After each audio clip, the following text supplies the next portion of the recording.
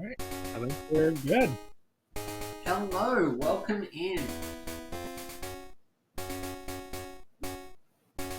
We will be getting underway in just a moment for this first match of the top 32 stage.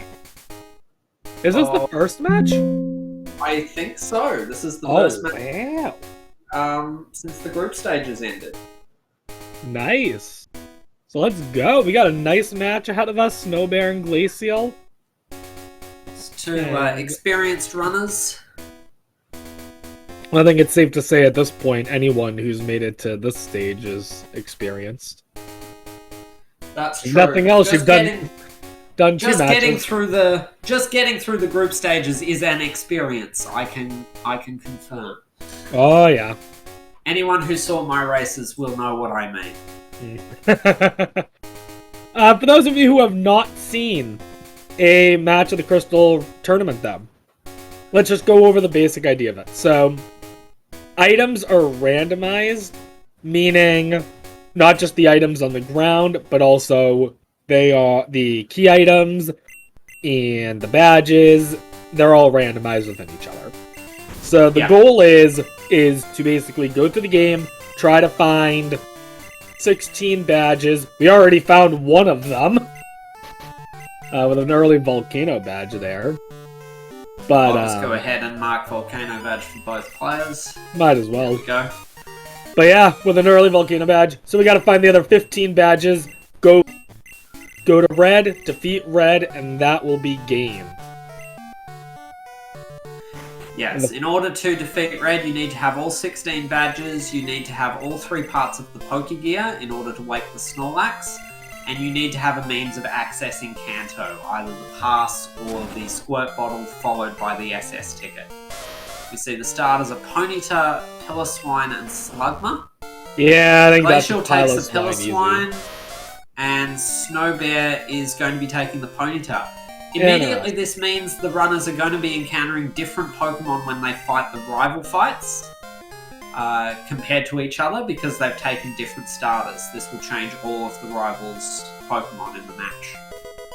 Now, I'm curious as to... Maybe this is... I will say right now... There's a Ho-Oh on Route 29. Yeah, that's pretty big. One of the weakest points for me when it comes to Crystal is knowing what's a good main and what's not a good main. And I find it interesting the choice of Ponyta as a starter. Oh, Blissey is on this route as well. For anyone who doesn't know, Blissey is a Pokemon that will die to pretty much any physical move that you use against it, and it gives an enormous amount of XP. So Glaciel immediately taking the chance to knock out that Blissey and get 2 levels on his Piloswine. He's probably not going to stick with Piloswine because Piloswine is very slow and has a lot of weaknesses.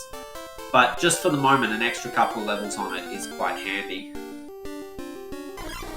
The Snowbear keeps running into Quillfish. Yeah, if Snowbear can see the Ho-Oh, then that'll be pretty good. Because then both of them will know Ho-Oh is at least on 29.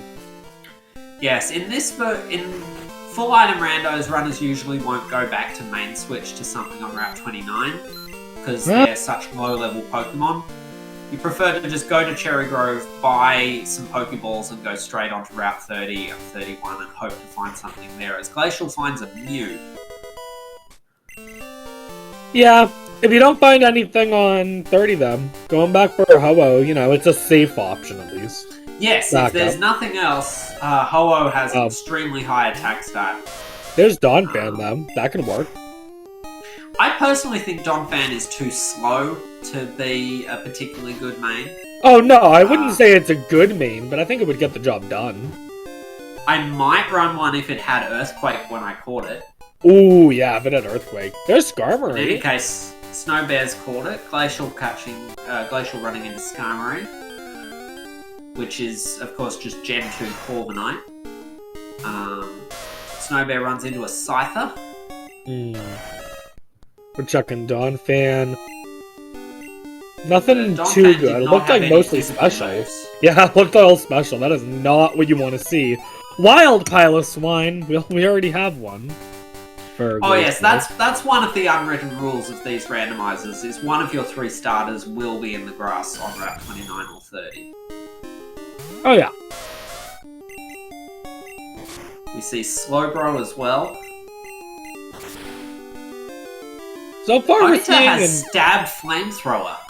Oh, does it actually? It does, yes. So that Ponyta could be runnable out of stretch. Yeah, I'll be Although honest. I'm not sure what level it evolves into Rapidash. It's late. I want to say it's like at least 30, if not higher. Yeah, that is probably unfortunate. I'm gonna look this up real quick. 40, even worse. So there we just saw Glaciel perform a little soft reset. Instead of, before going up to Mr. Pokemon's house, they saved, and when Mr. Pokemon and Professor Oak didn't give them anything essential, they just loaded the save to walk back to the lower point on that route. Saves a little bit of movement, avoids having to run through the grass on the way back. Not a conventional place to do a save scum, but save scum strats are something that we'll see runners do throughout this tournament to speed up their movement around early areas, especially when you don't have fly in the early game.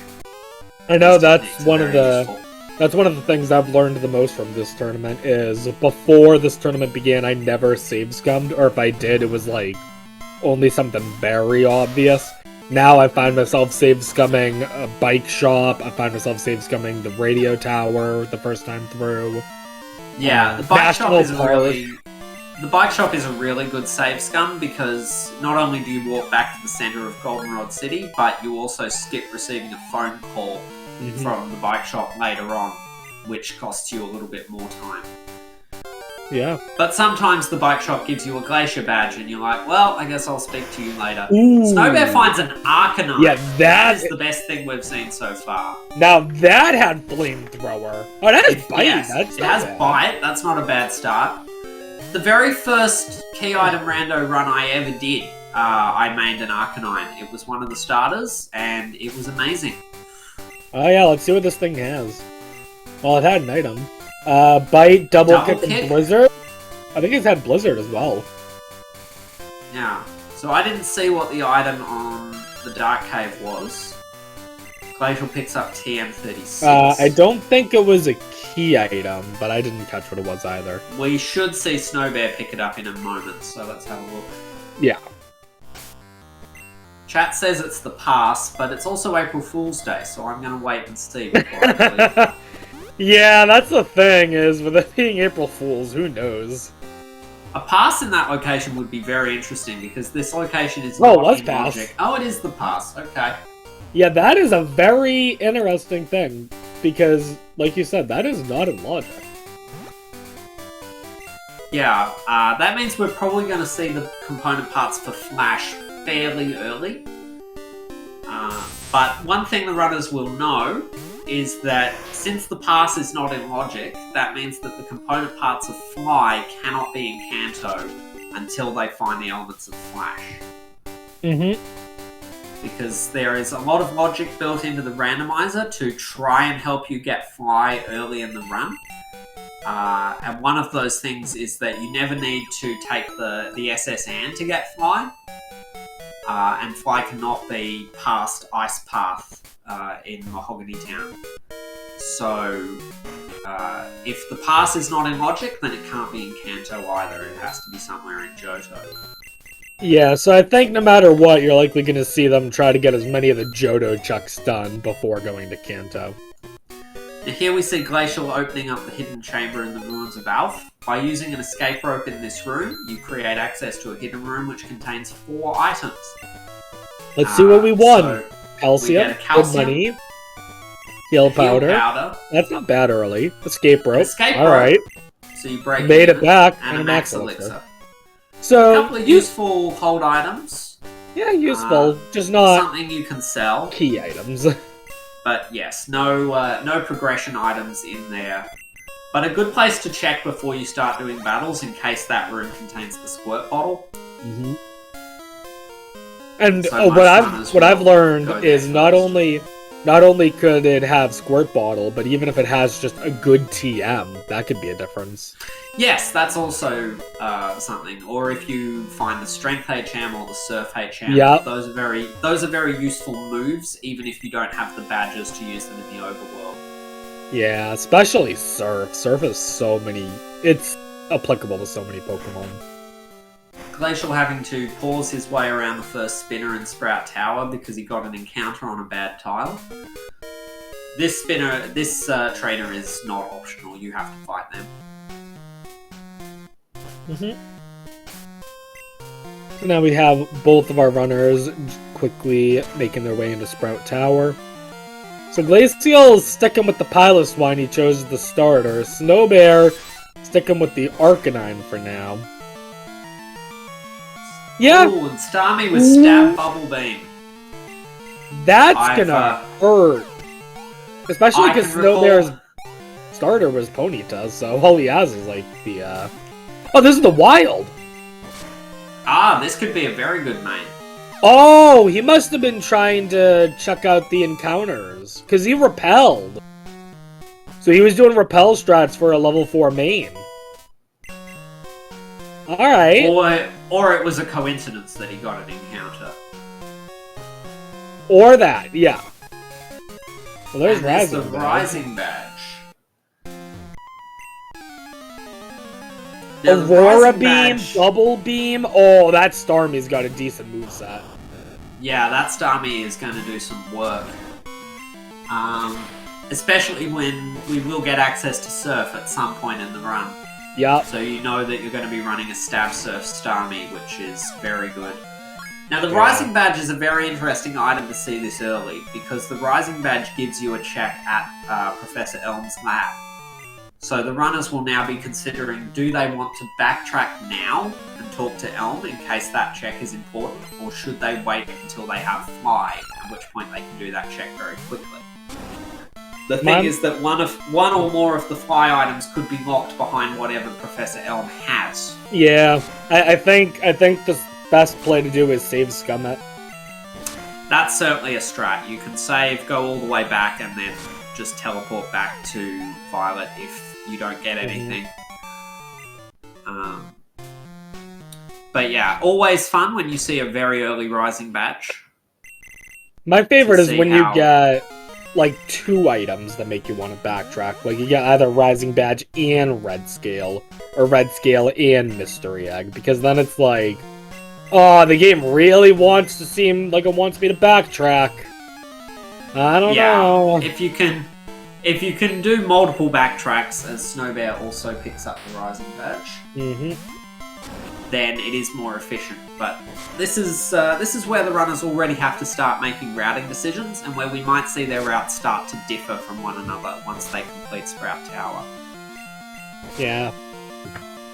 The early part of these runs is usually quite linear, but the variance comes from whether you go to North Johto or Kanto first, and whether you get the Squirt Bottle early or not. Oh, did Glaciel take a wipe? I think he did. It looks like they did, yes, so I didn't see what happened there. I didn't either. And Snowbear just Aurora Beams a Skip Loom, which seems, frankly, a bit mean. But it certainly does the trick. Ooh. The Articuno with Double Edge. Cross Chop, of course, super effective to ice. It's Blizzard. It's a Blizzard Articuno. That is scary. The good news is Blizzard is not hugely accurate, so you can muddle your way through. And Smeargle, no match for a Cross Chop, especially when it crits. And now we see Raikou. 2 legendaries? Oh boy. Piloswine as a ground type needn't fear any stab moves from the Raikou, but Dynamic Punch can still do some damage. Oh, that Articuno has Thunder Shock too, we're seeing. Oh boy. Because it was wrecking Starmie over there with Snowbear. Starmie now getting a lot of levels though from the Articuno. Oh, Glaciel takes another death to this Raikou with Dynamic Punch. That is just doing a lot of damage. Yeah, this Elder. It looks like Glaciel's just going to come back to this fight later, or probably hope that he just doesn't need to come back to it at all. Yeah, no we're one gonna have to likes see climbing Sprout Tower twice, but he doesn't want to waste time trying to kill this Raikou. As we see, it also has Body Slam, paralyzes Snowbear's Starmie. Fortunately, it had a paralyzed Cure Berry on it. And a hidden power, but it's not super effective on the Starmie. Dude, this Elder fight! I've not seen one this mean in quite some time. I think he's gonna looks like send Snowbear's in gonna pivot some Pokemon around to get some healing. The Donphan weathers that Body Slam. Oh, he is attacking. I thought he was going to try and heal. Yeah, I thought he was too, because the Donphan was almost certainly going to be outsped by the Okay, Raikou. Ponyta dodges the Dynamic Punch, gets a Flamethrower off, hit with Body Slam, doesn't get paralyzed. There we finishes go. The Raikou. Let's pay close attention to the item drop from this Elder and see if Glaciel has now missed out on something important. Nightshade on the Ponyta, that's nice. Honestly, this Ponyta's got a good moveset. Oh, just a protein. We get a protein. A useful item, good sale, good cash for selling that item very early in the game, but not essential. But I will say, now Glaciel's going to be going a decent amount of this match, probably, with that nagging him in the back of his mind. Like, yes, I missed this Elder, what if that's something? Glaciel is almost definitely going to go back for that check at some point in the run. I don't know. We'll see. Yeah, I think they will. You get to that point where you start to just fight Kanto gym leaders looking for that last badge, and the Elder is going to seem very attractive. I guess, yeah. So I think at the moment, between the Starmie and the Piloswine, the Starmie looks to be better set up as a main. Yes, the Starmie is definitely the stronger main here. As I said, Piloswine, not a terrible Pokemon, but it does have a very low base speed. And that is, I think, such a crucial thing in these runs. Mm-hmm. If you're being outsped, you're going to take a lot more damage. You're going to get statused a lot more often. Mm-hmm. You're going to get confused more often. Like I said, you're going to have opponents dig, and then your attack misses more often. It's just so much better to go first. And Starmie should have no trouble outspeeding things. Yeah. Because it's one of the fastest Pokemon in the game. Like I said near the beginning, I'm not that good at knowing good mains, but I would put Starmie probably in like top 20, honestly, for good mains. It's a really solid. I also have actually mained more in bingos than in full item randos, but I've mained Staryu on a few occasions, because as soon as you get to Goldenrod, you can buy a Waterstone and evolve it. Yeah, true. And you can even potentially pick up a Waterstone off the ground early. Which is actually something I wanted to mention. Oh, we got Fog Badge, though. Oh, that's a big one. But yeah, something I noticed, I don't know where they picked it up, but they actually did pick up an early Waterstone. So they don't even have to buy one now in Goldenrod. Ah, that's excellent. And especially Fog Badge now, that could be interesting. For anyone who doesn't know, there is a hidden chamber in the Ruins of Alph that requires you to have a Waterstone in your bag or being held by a member of your party to gain access to it. So there are actually 4 checks locked behind owning a Waterstone. You also need to have Surf and Strength to gain access to that room. But one thing runners always do need to do is buy a Waterstone when they get to Goldenrod. So finding one early is a nice little time save. Mm-hmm. And one nice trick is that you can make a Pokemon in your party hold the Waterstone to create an extra space in your bag for other items that you need more.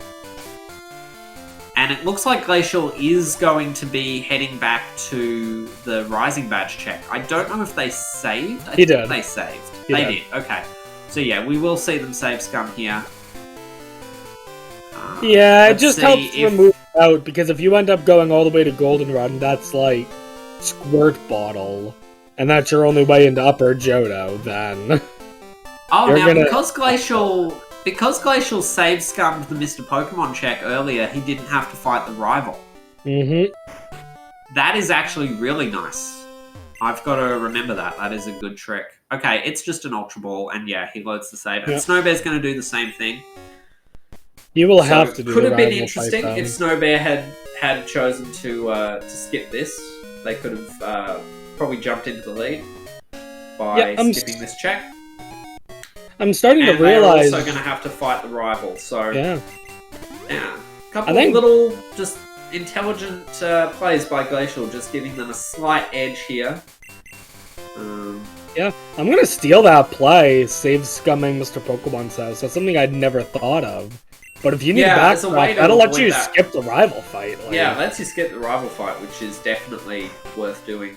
Yeah, not that the rival fight takes a time, but, you know. No, especially if you're doing it after you've done Faulkner's Gym. We get the Dig TM. So the Dig TM, very useful. First of all, I consider Dig to be a good move to teach a main. Most people don't agree with me, but... No, I'd agree. Wrong. And also, Dig is basically infinite escape ropes. If you teach Dig to one of your Pokemon, then you can use it in any cave. And Snowbear naming his rival Glaciel. Not that it will stick, because he immediately resets the save. Yeah. Meanwhile, Glaciel now going through Union Cave. And just picking up items, nothing crucial yet. Nope. Oh, Rainbow Wing. Okay. Well, that's halfway up Tin Tower. Or I guess a third of the way, depending on how you want to think about it. So, for anyone who doesn't know, there's a tower in Ecruteak called Tin Tower, as it looks like Glaciel is going straight into Ilex Forest. Gets an encounter, though, before he can repel. There is a tower called Tin Tower. It contains quite a few items. It also gives you access to another hidden chamber in the Ruins of Alph, so an extra 4 items on top of that. To gain access to the tower, you need to have the Rainbow Wing and the Clear Bell. You also need to defeat Morty, as we get the Zephyr Badge in Ilex Forest. You also need to defeat Morty in Ecruteak or the Rocket Tower in Goldenrod to gain access to it. So my guess is Glaciel's skipping Azalea because he's just not happy with the Piloswine. He wants a Kanto main. That's true. They do already have pass. That's probably why he's stuck with Piloswine. Probably. Just figured I'm going to brute force it a tiny bit, and then we'll just go from there. And the Plane Badge. So, ladies and gentlemen, I'm going to say it. Ilex Forest is absolutely stacked. Yeah, at the moment. Yeah, 2 badges. 2 badges and their Johto badges, which are the most important badges to find. Yeah. Glaciel also grabbing the hidden item there. Now, hidden items are not part of the random pool. You're not going to get a badge on a hidden item slot under these settings. But you can still find a useful heal item or something to sell. But you don't want to fill your bag with too much junk, as Snowbear gets the Zephyr Badge. Yeah, looks like Snowbear might also be skipping Azalea for now, yep. So everything we said about their 2 mains, just take that, throw it in the garbage, because we're probably going to be seeing 2 completely different mains for both of them in just a minute. Now, if they can find the HM for Surf, then they can go Vermilion Arbor and get some good mains there. That's true. Because at the moment, of course, the HM for Surf could be in Azalea Town. Yeah, which is that's the risk you take in skipping it, especially when you have no part of Fly. I personally don't ever skip. I don't ever skip Azalea unless I already have Fly, in which case I know I can fly straight back to it when I need to. So here's the interesting thing for me. If I was in Glaciel's position, I would skip Azalea. If I was in Snowbear's position, I would not. And the reason is that Starmie probably can carry you through Azalea relatively Oh, 100%. Oh, yeah. Like, with that Piloswine would be painful. Yeah, So, I do not blame Glaciel at all for jetting directly to Kanto and main switching. But yeah, if I was Snowbear, I would be going with this Starmie for the early game. Now, I will say... If you end up switching to the Snorlax or the Lugia later, then so be it. But for the time being, if you've got something runnable, just give it experience. Yeah. Now, I will say, they found Zephyr Badge, which means it's very likely that they're gonna find Flash, which puts pass in logic, as opposed to Azalea having Squirt Bottom. So... Yes, having already found the Zephyr Badge. Okay, Glacial's not Glacial's keeping the Master Ball. They're keeping the Master Ball. I think they did save, so they could have reset that. They could have, yeah. But they want that Master Ball. So again, looking for that main switch, it makes sense to know that you won't get trolled by Pokeball Catch RNG. Mm-hmm. For anyone who doesn't know, we have a modified version of Pokemon Crystal here, if you couldn't tell. One of the modifications is that every Pokemon has the base catch rate of a Pidgey, meaning that if you chuck a Pokeball at it at full health, even if it's a level 100 Mewtwo in the wild somehow, you have a 1 in 3 chance of catching it. And this just makes it much easier to catch wild Pokemon without needing to weaken them and status them and things. Interesting. And Glacial picking up the Kenya. So I'm starting to think that the Water Stone that Glaciel picked up was on a hidden item. He did catch a Pokemon that was holding something, if I recall. You see Snowbear now getting that Master Ball. They're also keeping it, not resetting over that. Glacial here detouring to get the one ground item in this area. This is another check that I always save scum. Basically to save a repel. I repel through the grass, and if the item is nothing, I load the save and I get my repel back. Mm-hmm. With both runners cleaning out everything in Goldenrod except for Whitney's Gym, because their mains are a bit underleveled for Whitney's Gym on account of not having done the Azalea fights. Glacial has to switch into the Kenya to get through this fight because his Piloswine got knocked out. Still, Snowbear doing the plain badge check. It's not a key item. I didn't see if Glacial actually did the flower shop check or not, but... he might be waiting to do the gem. I mean, there's no reason to skip that. It's... No, I agree. You've got the plain badge, but yeah, it may have slipped his mind that he can do that. As we see, HMO4. That is huge. That is what Snowbear wants. No, that's Strength. HMO3 is Surf. Strength is still a good move. And coupled with the plain badge, it immediately gives you access to more checks. Although I don't know what Strength Lock checks are just in South Johto. None. But, I mean, there's the Slowpoke well, but you need to have Surf to do that. Right, I guess there's Slowpoke well. That would be about it, though. Yeah, but without Surf... I guess Union Basement for the chamber. Yeah, you need Surf to get access to that as well. Yeah, so I mean, either way. I thought you were talking about the basement in Burn Tower, and I was like, that's in No. Glacial now picking up the items in the National Park.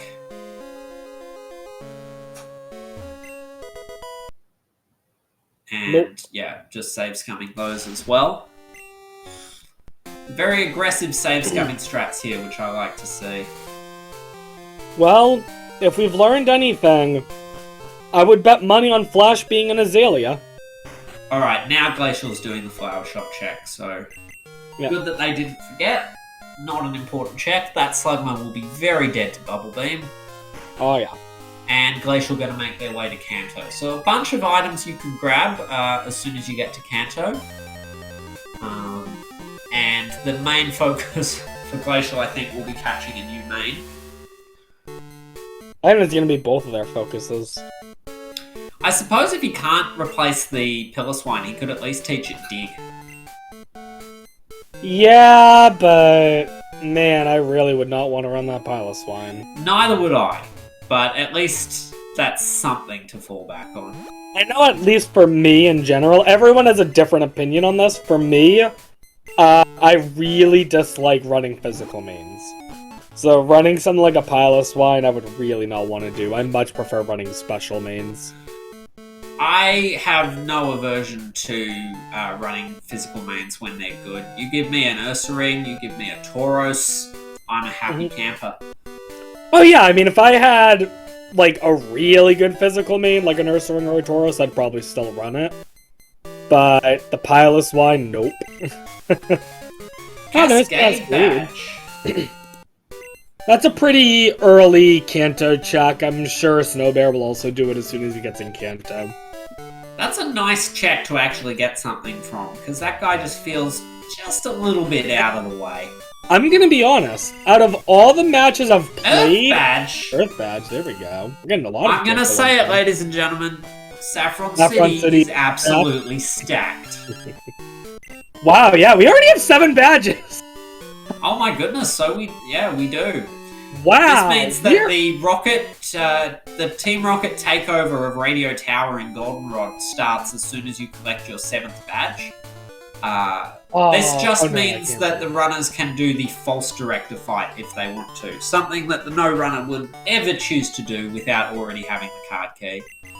Glaciel picking up the leftovers. That item is not randomized, the leftovers. It is always going to be leftovers there, which is a very useful hold item. Mm-hmm. Going back to where that Cascade badge was, I was going to say, that honestly might be the first time I've seen that guy have anything useful. I think I've seen him give me something useful once or twice. No, I swear, that guy I think is, like, bigger scam than maybe even Morty, like... Well, he's a much faster check than Morty. Oh yeah, he's a way faster check. I mean, I'm not saying you should skip him, I'm just saying he never seems to have anything, except for this one time.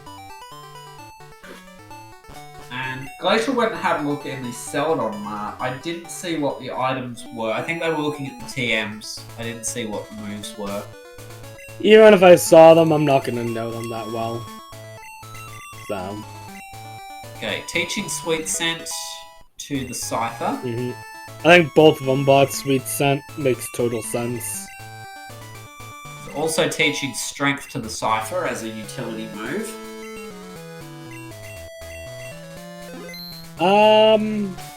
Snowbear now. Snowbear got going strength, to the mart in Saffron. Remind me where strength was. Yes, I think they... I know he at least did the National Park check, so I imagine he did. Yes, I think he did. If anyone in chat can confirm, that would be great, but I believe Snowbear did that. I'm pretty sure he did as well. There's the Cascade badge for Snowbear. Alright, let's see what we got for main options. Teddy Ursa. What level does Teddy Ursa evolve? Give me 1 second, I will tell you. I think it's also a high 30s or even 40, though. I typed in Yeti Ursa. They appear to be actually looking that up. Teddy Ursa, 30, so 1 level away. Oh, excellent. So, yeah. And Glaciel does have a rare candy already if they want to evolve that immediately. Yeah, so that is a great get. Especially because they already have strength. Yeah. They already have strength, which is going to be submission boosted by the plane badge and stab. It's got submission, but all of the rest of its moves were kind of garbage. And it looks like Glaciel is going to keep looking. It's an Ursaring with strength. You can teach it dig, like... True, you can. You can teach it moves. But it doesn't hurt to take a second to see if there's anything else. And it looks like we found a Houndour, so... I would be running Stab Strength Stab Strength Ursaring over a Houndoom any day, but Glaciel's in the top 32 and I'm not, so that's... Everyone needs to remember that. Everything I say comes with an asterisk. Yeah, I'm in top 32, don't expect to go any further than that, but I would run the Houndoom if it's got a good move. And it does not, so... Glaciel's sticking with the thing. The Snowbear actually coming all the way up here, picking up this item. Now, this item is not a key item. It's not randomized the way the other ones are. This is not a standard check. I think it's always a TM. Is it a guaranteed TM? I think with these settings, it is always TM03. It's just the TM is going to be a different move each time. Right. So I think it's a guaranteed TM. Still, it's a bit out of the way. That is a big gamble because that could be a garbage move. It could also be Earthquake or Psychic. Oh yeah, I mean, if it's Earthquake and Snowbear also finds the Teddy Ursa.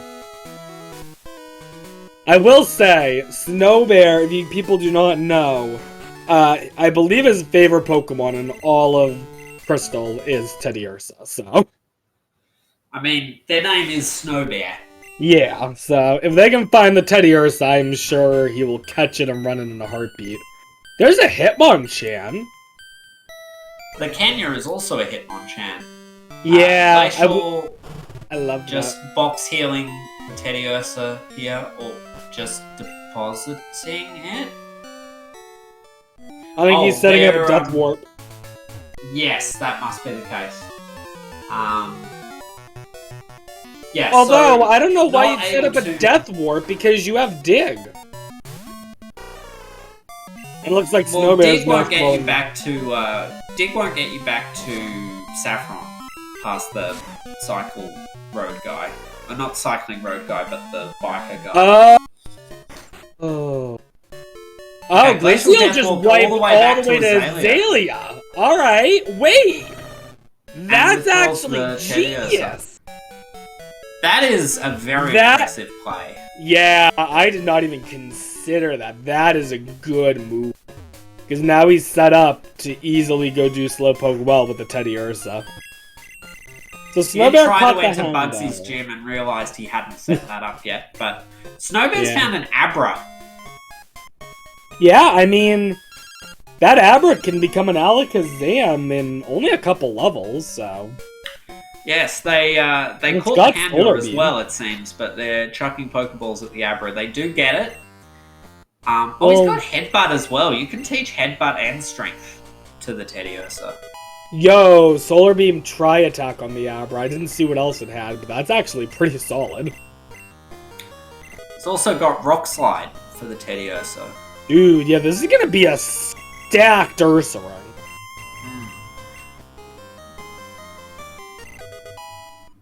So we got Strength, Headbutt. What else are we going? It's teaching Dig to the Piloswine as a utility move. Understandable. No good TMs in the Celadon map there. That's all like Vine Whip and Horn Jab.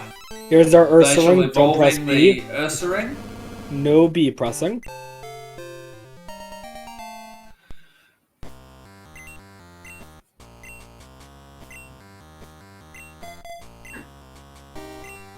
Okay.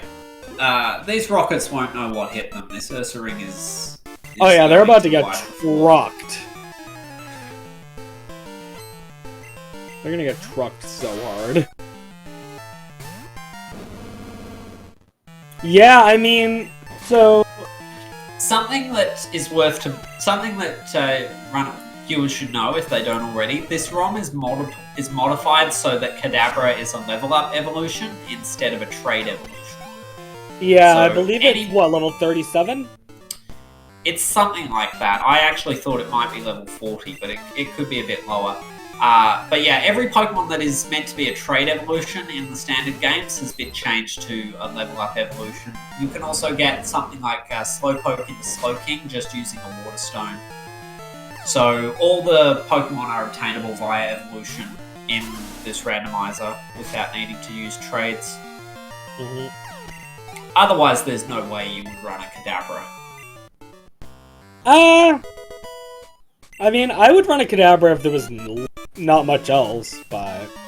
Yeah. Yes, that's true. Happiness evolutions are still unchanged in the game, but those are only for baby Pokemon.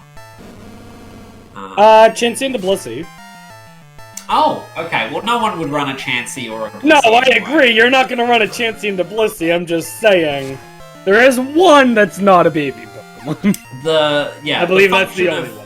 The function of Chansey and Blissey is to get punched in the face and die and give you a load of experience.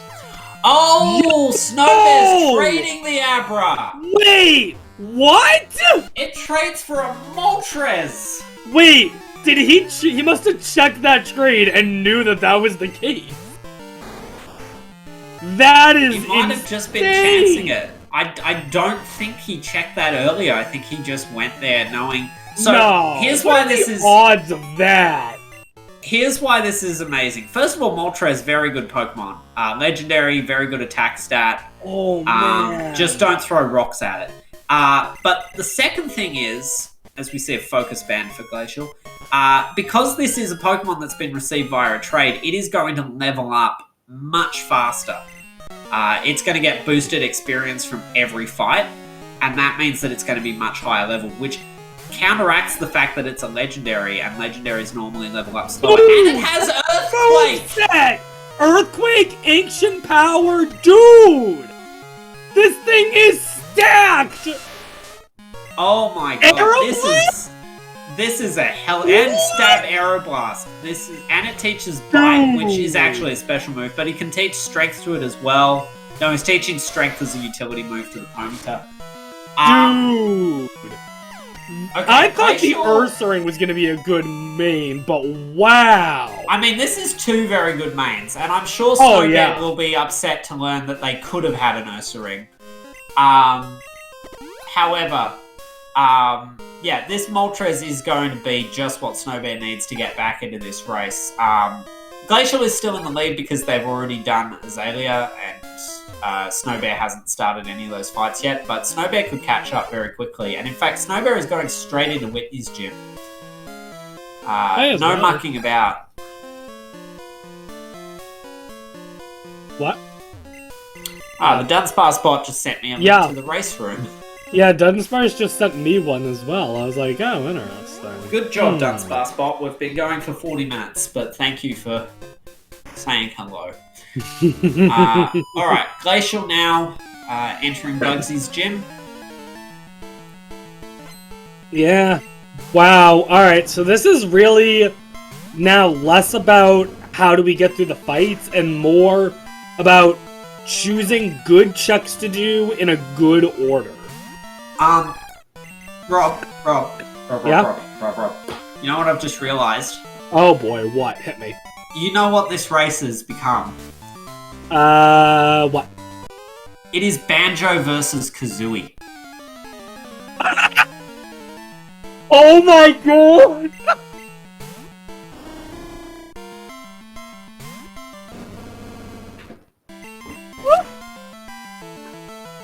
Oh my god, it really is Banjo vs. Kazooie! What?! That is the most amazing realization. Wow! Okay, this race is officially an April Fool's joke on us. So, in chat, go ahead and start spamming hashtag Team Banjo or hashtag Team Kazooie, I guess. Absolutely. I will say, at least when it comes to actual Banjo-Kazooie, I've always preferred Kazooie, but, Oh yeah, Kazooie is the MVP. Kazooie does all the best moves. Yeah. Banjo is Not just to like mention- Kazooie's parole officer. Banjo is Kazooie's, oh, there's Surf. Oh, Bugsy has Surf. This is an amazing race. I'm so glad I'm commentating this one. I know, this is a really good start to the next phase of the tournament. So yeah, Glaciel definitely still with the lead here, having found Surf first. But this is absolutely anybody's race. Now, especially with someone at Snowbear's skill level, there's nothing, you cannot take anything for granted here. Oh!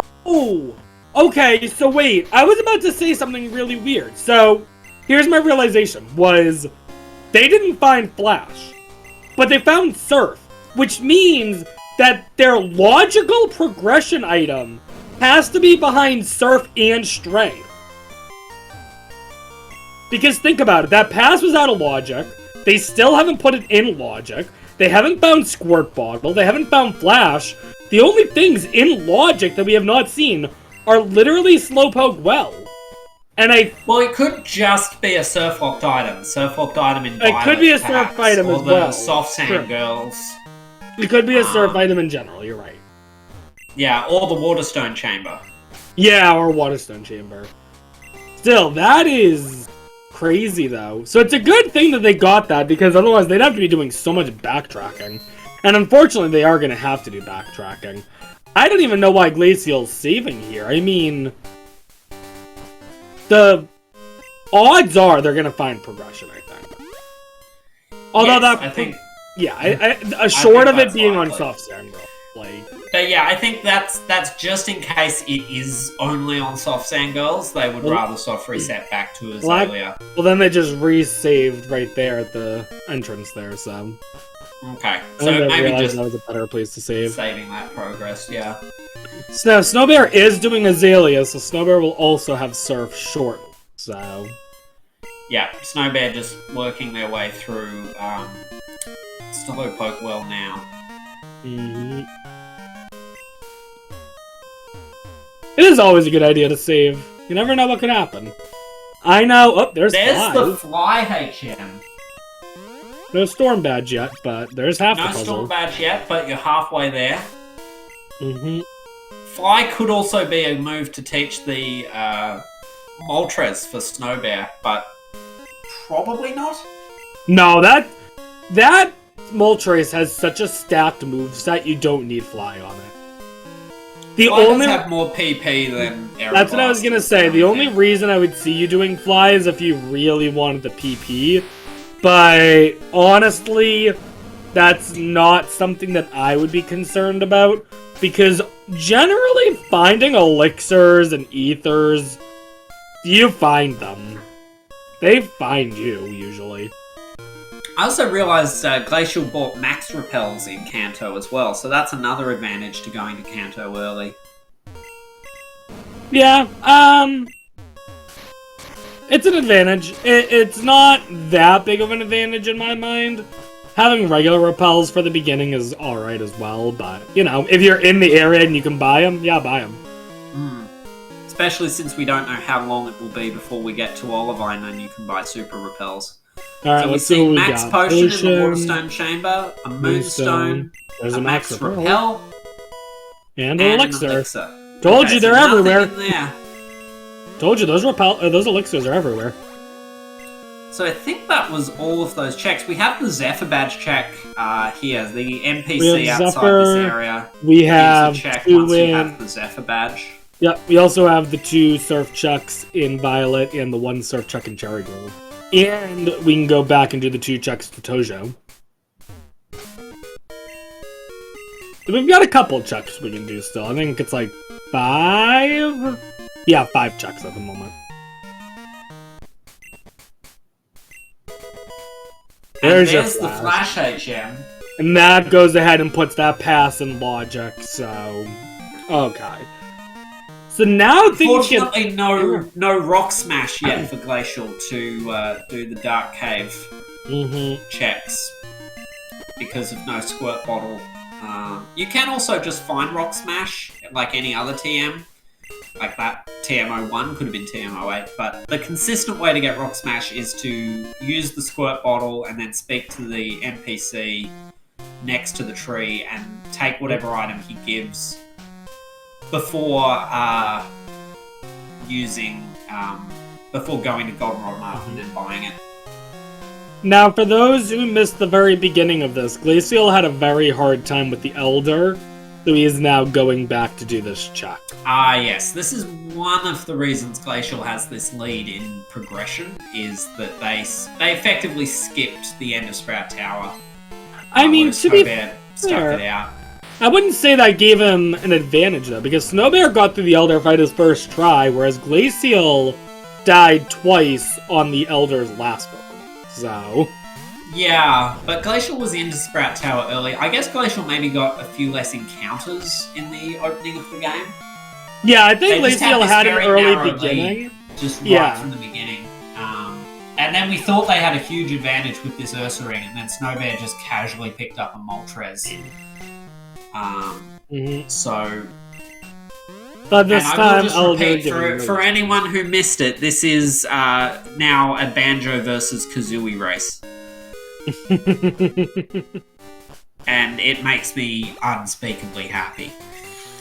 Oh boy, it is pretty fun. Okay, we are handing in the Kenya now, which I means didn't we even consider regain the Kenya. ability to quickly box heal at PCs, because we no longer have a Pokemon with male in our party. Mm-hmm. Which is a very weird restriction, but that's just the way this game works. And where is Glaciel going now? Oh, they're going to Tojo Falls.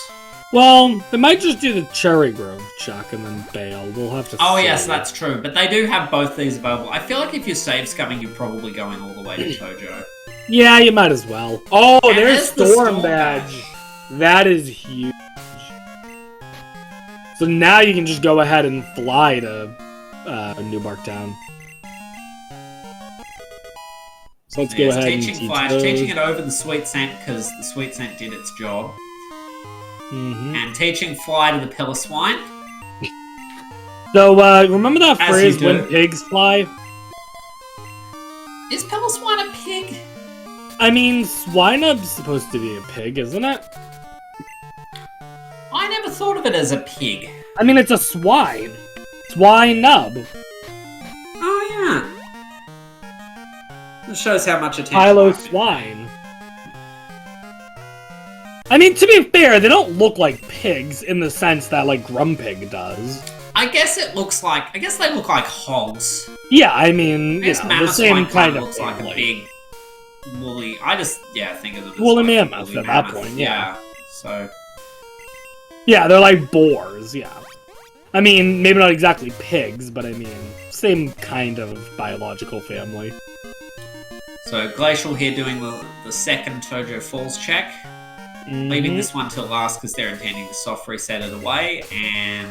Well, not even that. They can just Oh fly no, they away. have Fly now, so yeah.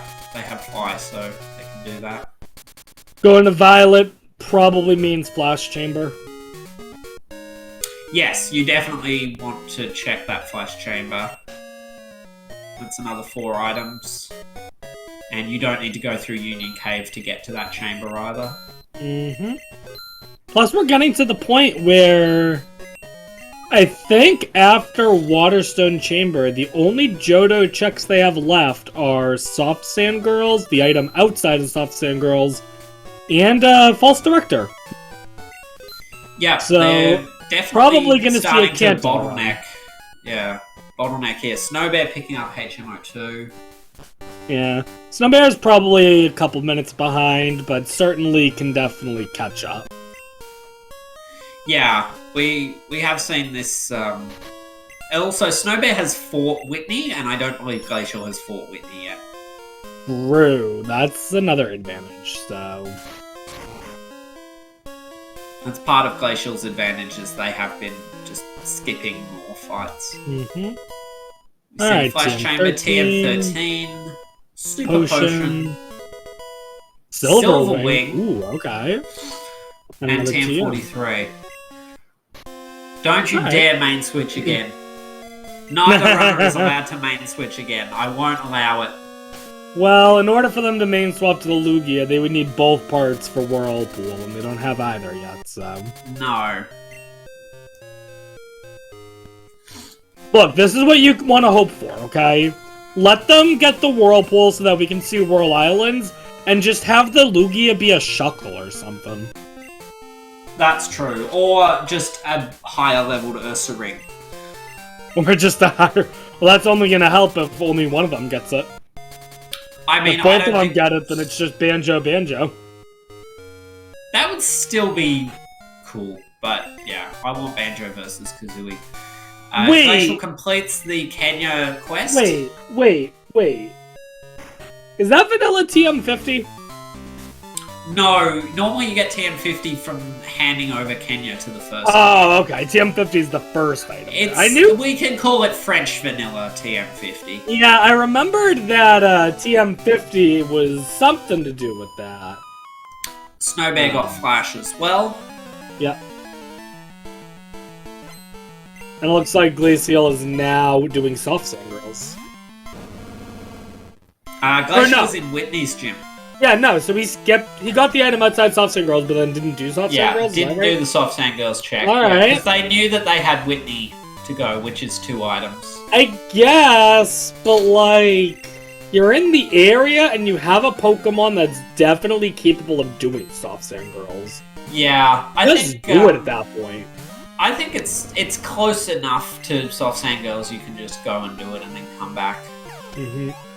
Plus, it's not even like Soft Sand Girls 1-check versus the other 2, because there's also the situation of now passes in Logic, so all those Kanto gym leaders are in Logic.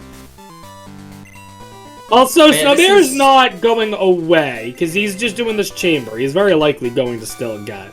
As we can see, like, Glaciel has gotten very bottlenecked with, like, no progression here after checking almost everything, so Snowbear's very unlikely to miss that check. Yeah. I think what'll happen is Snowbear will get Fly and then be able to go straight into Kanto. Unless he decides to do Soft Sand Girls, which he could. But it looks like Glaciel is still skipping Soft Sand Girls. Oh, Glaciel hasn't done the basement check yet.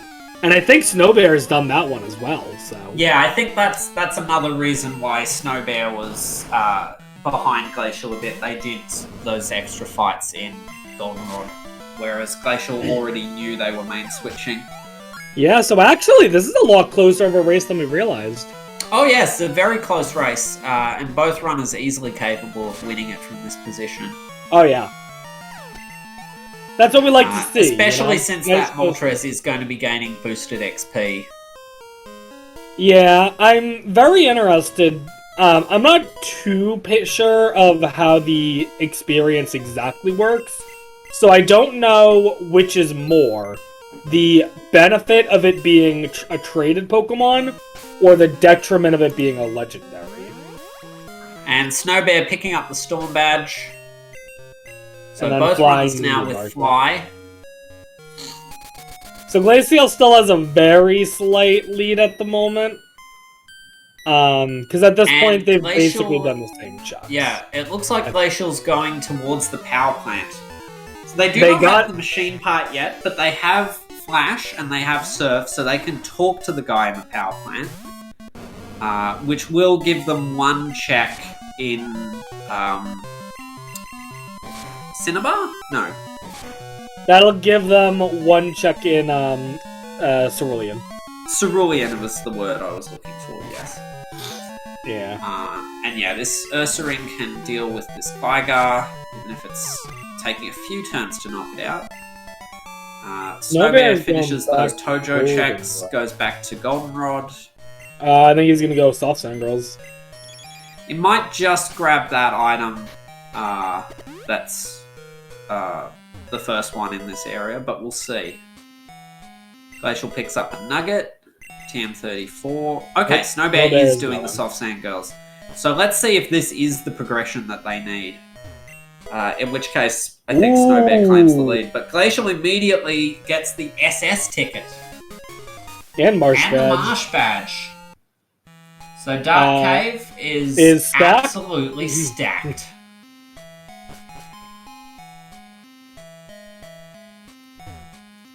And that SS ticket is the North Johto access that you need. That means the Squirt Bottle could be in Mount Silver. Could be anywhere at this point, yeah. The interesting thing, though, is that as long as Squirt Bottle's locked, so is Rock Smash Chucks, so... That is true. So Rock Smash may end up not coming into play at all.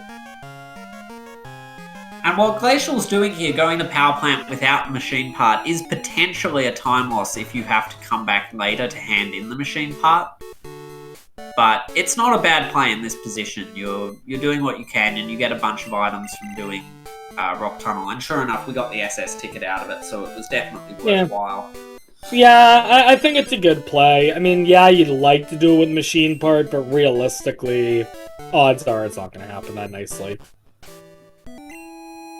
For all you know, one of the 5 or so chucks on the way is machine part, so... That's true, it can be the machine part in there. If you have Flash, it can be in Logic. So, Glaciel finding the hidden item in Misty's gym. Bye-bye, a go-go. As we approach the 1 hour mark of the race, it's another TM.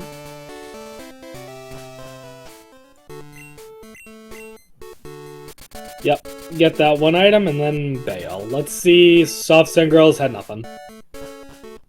Okay, so nothing on Soft Sand Girls. So further advantage to Glaciel there by having skipped that. Yep. We'll just have And to now see they're in a position where they have all of North Johto to work through, so they're not going to need to go to Soft Sand Girls for a long time. They could potentially keep that skip for the whole run. Yep. I think Snowbear is now starting to think, what do I want to do for Kanto? And yeah, Glacial making their way to the SSN. Snowbear not going to be too far behind, though, as he makes his way to Lavender. He'll probably be doing the green trucks. That's true, and I certainly don't blame Snowbear for checking Soft Sand. It's good to be thorough and run through all the possibilities. Yeah, Glacial just building that lead by just getting through things a little bit more efficiently.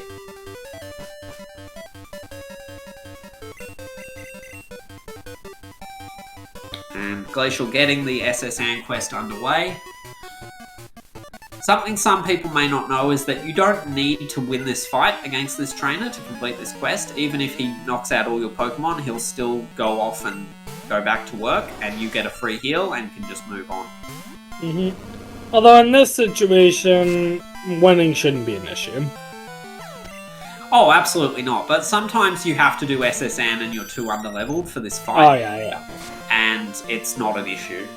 It's better to win and get the cash, but get cash, get experience. Minor. Yeah, a bit of cash and experience, but it's just not actually a big deal. No, because the fight is sort of scripted. Yeah, there's very few fights that you can lose and you'll be okay. I think it's that one and the first rival fight, and that's about it. I think that's just it. Yeah, this and Rival 1. And Rival 1, you really shouldn't be losing that because, well, you shouldn't be doing Rival 1 right away. No, you do have to do Rival 1 in Bingo. Yeah, in Bingo. And you can lose it if you don't have a good Pokemon or if they're very close. But I have lost Rival 1 before in Bingos. Those are fun. I've done it plenty of times. It's not even that big a deal. Snowbear finding the SS ticket now. So we see the SS item. That gives you some idea of Glacial's lead. Like, Glacial just got the SS item check at the same time that Snowbear picked up the ticket. Like we said, though, if Glaciel ends up doing Soft Sand Girls at some point, then this lead essentially is evaporated. True. There's not very much in it. It's interesting that both runners have made more or less identical routing choices. As we see the Rainbow Badge for Glacial. We're already at 10 badges. Yep. 11 badges. We have Rising. There's just 5 remaining. Oh no, there's 6 remaining. I can't count. It's alright. Counting can be a little hard. Yeah. Especially I counted 5 grayed out badges, but there are 6. Glacial now heading into the Lighthouse. Again, slightly more optimal to do Lighthouse if you already have Secret Potion, but most runners will gladly do Lighthouse without Secret Potion because you can still get 5 items in here, I believe. Yeah, and Secret Potion only opens up 2, so... Exactly. It's just nice to save the extra trip up the Lighthouse if you can. But, yeah, it's nice, but I mean... It's not worth skipping Lighthouse over. I think, given that we already have Fly, given that we already have Surf, and given that we already have an overleveled main for this area of the game, you could skip Lighthouse and do Rocket Underground first. Because you can always come back here. And there's a lot of checks that you can do that might be the Secret Potion before you need to do Lighthouse. You want to know the... Alright, here's the play. You ready? Cyanwood. Yeah, I mean, you would do this before you go to Cyanwood so you can do the pharmacy check. Oh, yeah, but, go to Cyanwood after this. You got strength, why not? Yeah, I would probably beeline... Once I got off the SSN, I would beeline directly for the Rocket Underground and work my way back from there. I wouldn't beeline for it. I would do Lighthouse. If I thought it was behind, I would do Sandwood. If not, I'd probably delay it until Whirl Islands, if possible. But I would do the easy Ecritique chuck, being the house and maybe Burn Tower and maybe Kimono Girls. I would do Lighthouse if I was looking for Fly, but in this case they gained access to Lighthouse via the SSN, so Fly couldn't be here. Well, not only that, but they already have Fly, so... Yeah, that too. I'm just saying if I was looking for Fly. Oh yeah, I mean, if you're looking for Fly, that changes everything. If you're looking for Fly, you don't get the luxury of really skipping too many chucks. Glaciel here, entering Jasmine's room. Technically, you should grab the item in this room before talking to Jasmine, in case that item is the secret potion. But that's a very, very, very minor optimization that almost never comes into play. We see the lost item for Glaciel. What is Moltres learning over here? Spore over Bite? Why? Bite is a special move. I think it wasn't doing a ton of damage. Yeah. And Spore is a really good move for setting up in front of red. Alright. You can put his lead to sleep. Of course, he has full restores, so you need to stall those out. But is Moltres' special that bad? I don't know, but it is a physical attacker. Also a strat if something doesn't have a rock move. Moltres' attack is 100, special attack's 125. Oh, goodness. Okay. Unless the stats... It doesn't look like the stats have changed. So yeah, unless I'm looking at something wrong, or Bulbapedia's wrong, which, Bulbapedia can be wrong! Glaciel hits an optional here. This is unfortunate. Did Glaciel do the Good Rod check in Olivine? If they did, I didn't see it. Glaciel do the Good Rod check in Olivine. I don't know. I would imagine so. I don't see why they'd skip it unless they just forgot, but... Yeah, I'm assuming they probably did it before Lighthouse, but I was saying I didn't see. I don't know why you would do it before Lighthouse. That's a little Snowbear odd. now finding the rainbow badge. Yeah. Snowbear also up to 10 badges now. Alright, and the Good Rod check there, and it's just 1044. I guess the one benefit to doing the Good Rod check before Lighthouse is, again, if it happens to be the secret potion. Yes. So, yeah, fair.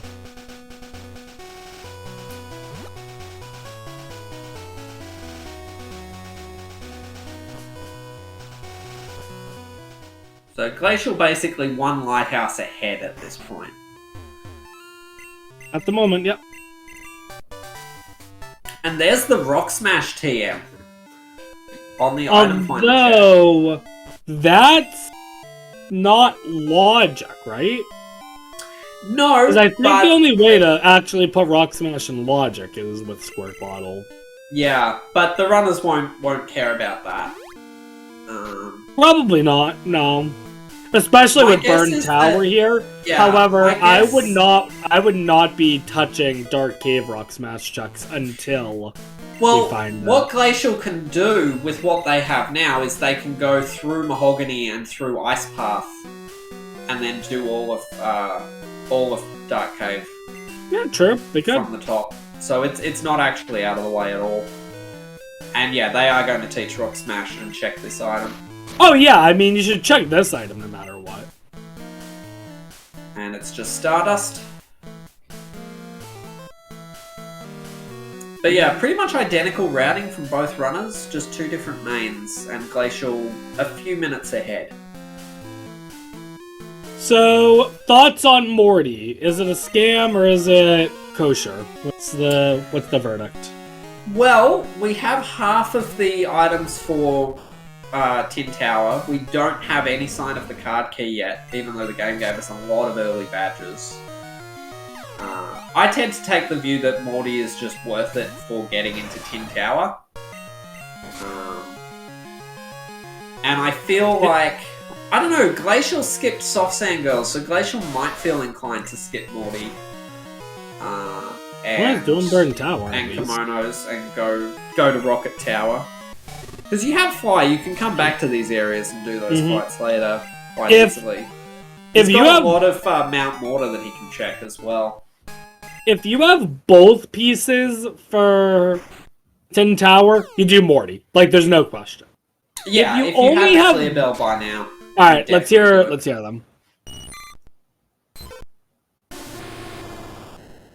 I don't know any of them. Neither do I. What was that speaking? Random guess, because I don't know cries at all. Nidoken? I have no idea. All I can really tell you is that none of them are a Jinx or a Miltank. I don't think that was Electabuzz. Yeah, no Jinx, no Miltank, no Mewtwo. There's the lost item for Snowbear as well. Baboom in chat said Caterpie Ditto. Which, if that's... You know what? That first one was Caterpie. Now that I'm thinking the first one sounded small. It didn't sound like a good Pokemon. Now that I'm thinking Caterpie, yeah, that first one was definitely Caterpie. As for Ditto, I wouldn't know. And Baboom. Also, shoutouts to a Ditto roamer on April Fool's Day. Yeah, that'd be fun. I will say right now, I acknowledge that Ditto is not a good name. But Ditto is one of my favorite Pokemon, so I'd probably catch it anyway. One time I was streaming and someone came into my stream and asked me to name a Pokemon for them to draw badly. So I said Ditto, because how do you draw Ditto badly? Well, they drew Ditto in a cup. In a cup? They drew a cup and they drew a little smiley face on the cup and they just said it's in a cup. And I was like, well done. You found a way to draw Ditto badly. You know what they should have done to draw Ditto badly? They should have just drawn like a Ho-Oh. Just been like, it's a Ditto transformed into a Ho-Oh. You can draw literally anything and say it's a Ditto transformed into it. We learned from the Detective Pikachu movie that Ditto can transform into human beings. So what that means is that every drawing that's ever been created is also a Ditto. Now, let's point out something. Glaciel finds the radio card. Snowbear is in Cyanwood. Ayo! I told you Cyanwood could be an interesting play. Well, it certainly makes sense with full access to it already available. But yeah, Glaciel going through Mount Mortar now, doing the surf checks here. They've already done the strength checks. And yeah, this is the first major sort of route deviation that we've seen, with Snowbear going to Cyanwood as Glaciel goes to Ecruteak. Also note, Glaciel did not fight Morty or Kimono Girls. They went straight into Mount Mortar. Don't blame them on Morty. Don't blame them on Kimono Girls. But probably will want to do them at some point. The only reason I don't blame them for Kimono Girls is because Rocket Hideout's in Logic, so... Yeah, probably intending to do Morty once they find the clear bell. Oh yeah, I mean, like we said, once you find that clear bell, you're doing Morty. Like... Unless you already have the card key. Even if I had card key, if I didn't have basement key, I would do Morty. I mean, Morty gives you 2 items. Rocket Tower gives you, I think, 5. 4 or 5. Yeah, but I just hate Rocket Tower. Plus, it gives you Rocket Tower takes longer, too. It does, but it gives you more, because it gives you basement, it gives you Dragon's Den. Yeah. I guess, I don't know. I would certainly rather... I just feel like Rocket Tower is always going to happen on a run. I think I've only done like one or 2 runs where I never got the card key and was able to skip it. I feel like Rocket Tower actually doesn't come up that much. So Glaciel did a full loop around the spinner there and is now making their way up towards the Lake of Rage. Show off. They'll grab the one ground item. Place your bets, chat. What's the shiny? I'm gonna go with shiny Venomoth. I'm gonna say Cleffa. That did not sound like a Cleffa. I didn't hear the cry at all. It's a Gengar. Ooh. It doesn't look any different. The eyes are different. Are they? I think so. Well, it looks like Glaciel's gonna try to catch it. Honestly, I don't blame him. A level 30 Gengar, that could potentially be useful. I mean, you're certainly not going to main switch to that when you have a level 38 Ursaring. Also, runners do not like to run shinies. As we see, Chuck did not give anything. But what about his wife? You have to watch a sparkle animation every time you throw out your shiny. Okay, so Cyanwood is barren. That is unfortunate. So unfortunately, Snowbear trying to make these plays to catch up and getting punished for it every time. But we want to be very clear. Like, the runners have to just take chances. It's not a skill thing. Snowbear could have been rewarded for that. It's just the nature of the game. And Snowbear didn't hit the optional on their way up there, so they're catching up. Yeah, a big part of Crystal is calculated risk. It's looking at what checks you can do and saying, okay, how do I maximize the odds of me not? Or, alternatively, is the amount of time that this is going to take worth the risk of not getting an item? And that can change based on if you think you're winning or losing. Exactly. And Glaciel is very likely to go to Cyanwood later on. Because it is 4 checks.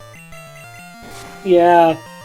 So it's a really interesting play because not only do you have to work with the items that you have and don't have and what you're looking for, but it's very much a mind game with your opponent.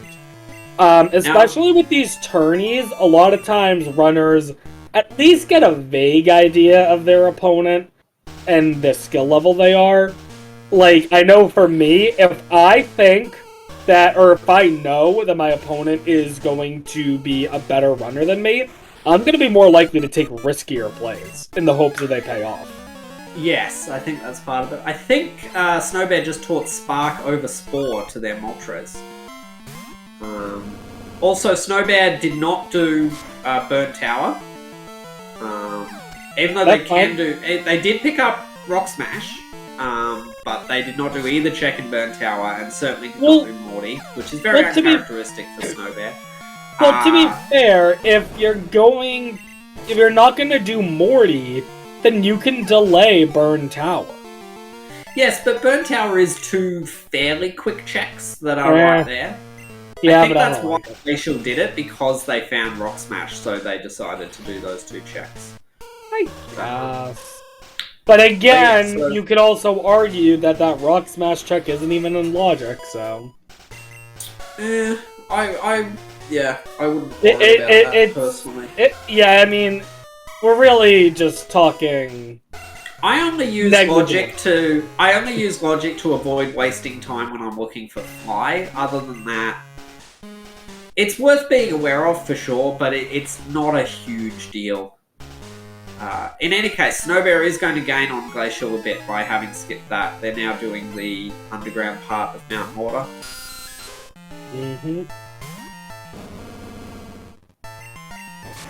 But I don't think we saw anything come out of Mortar, right? No, there isn't. Oh no, radio card. Radio card, yeah.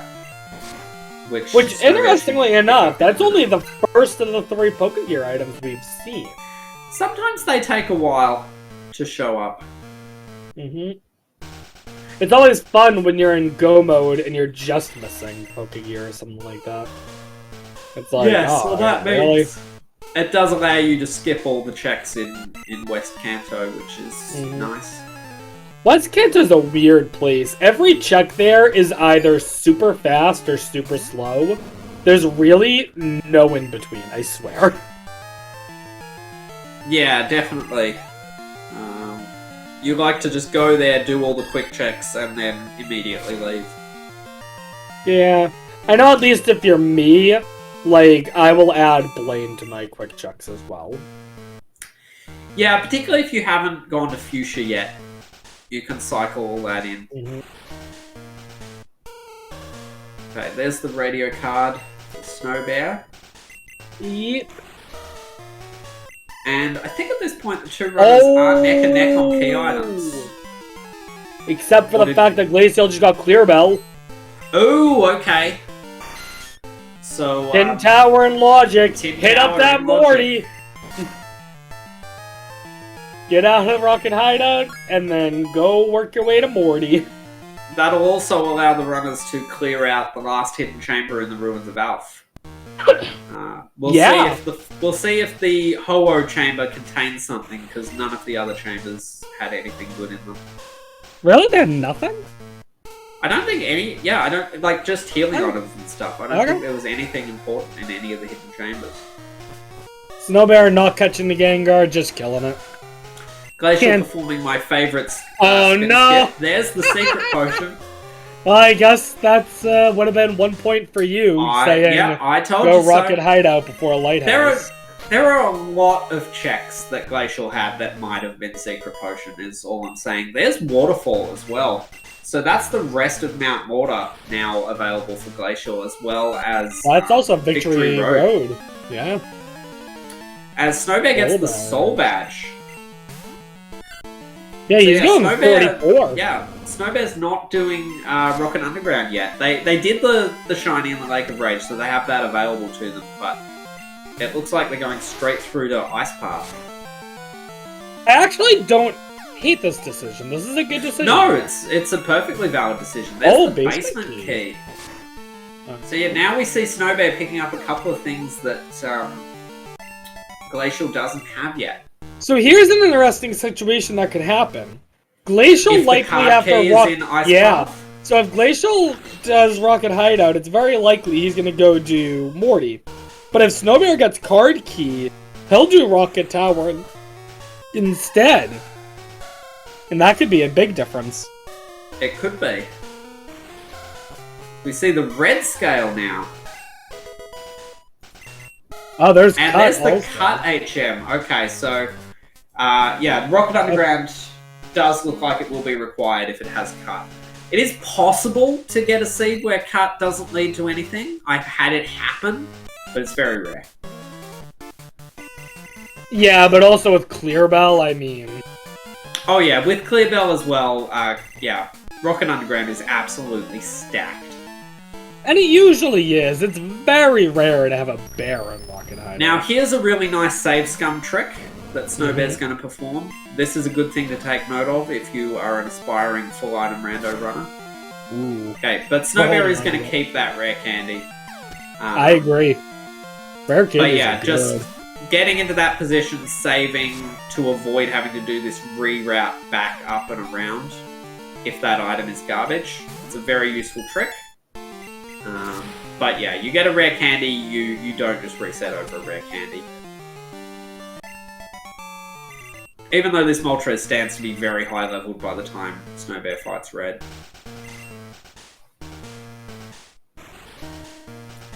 And Glaciel now going to be encountering the Electrodes.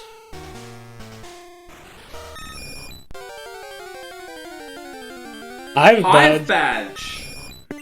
Alright, so that is the other thing that you need to do cut. So we know where both pieces of cut are, it's just each of them have different ones.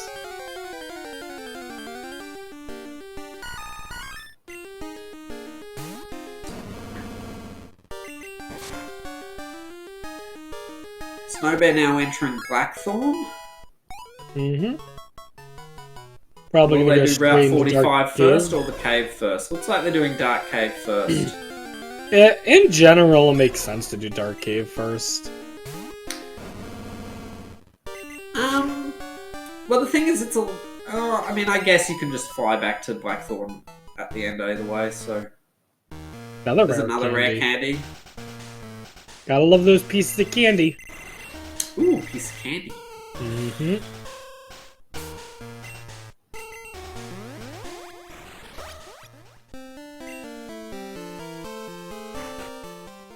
Okay, Let's Glacial see now entering prices, Jim. Yeah, let's see if Old Man Price got anything.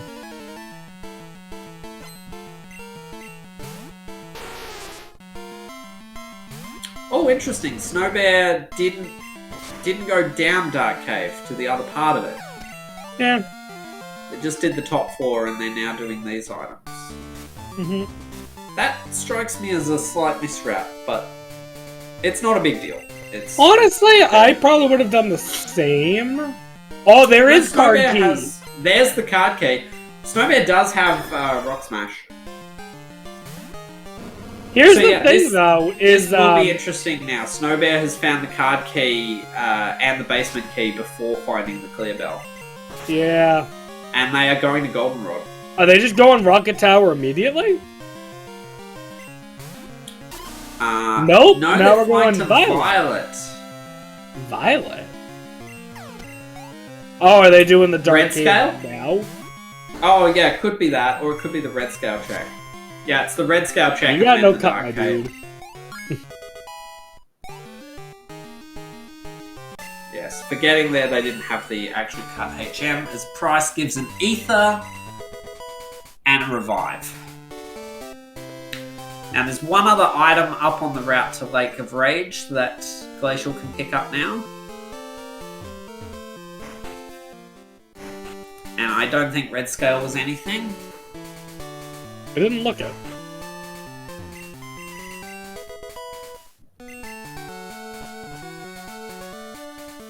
But yeah, Snowbear flying back to Violet, coming out this way to go in here again. Still a little less efficient than actually doing the whole cave in one go. Mm-hmm. Glacial runs into another bear.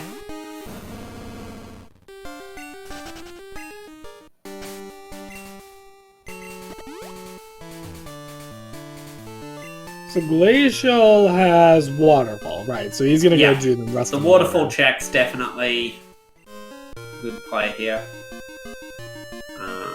There's no doubt Glacial will get to Ice Path eventually. Yeah, all the rock Snowbear. smash, out of logic.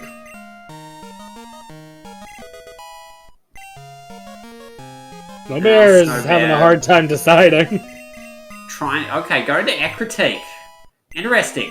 Having the card key, but not going to Goldenrod. Going to we're not doing Rocket Hideout or Rocket Tower. We're going Kimono. All right. Good payoff.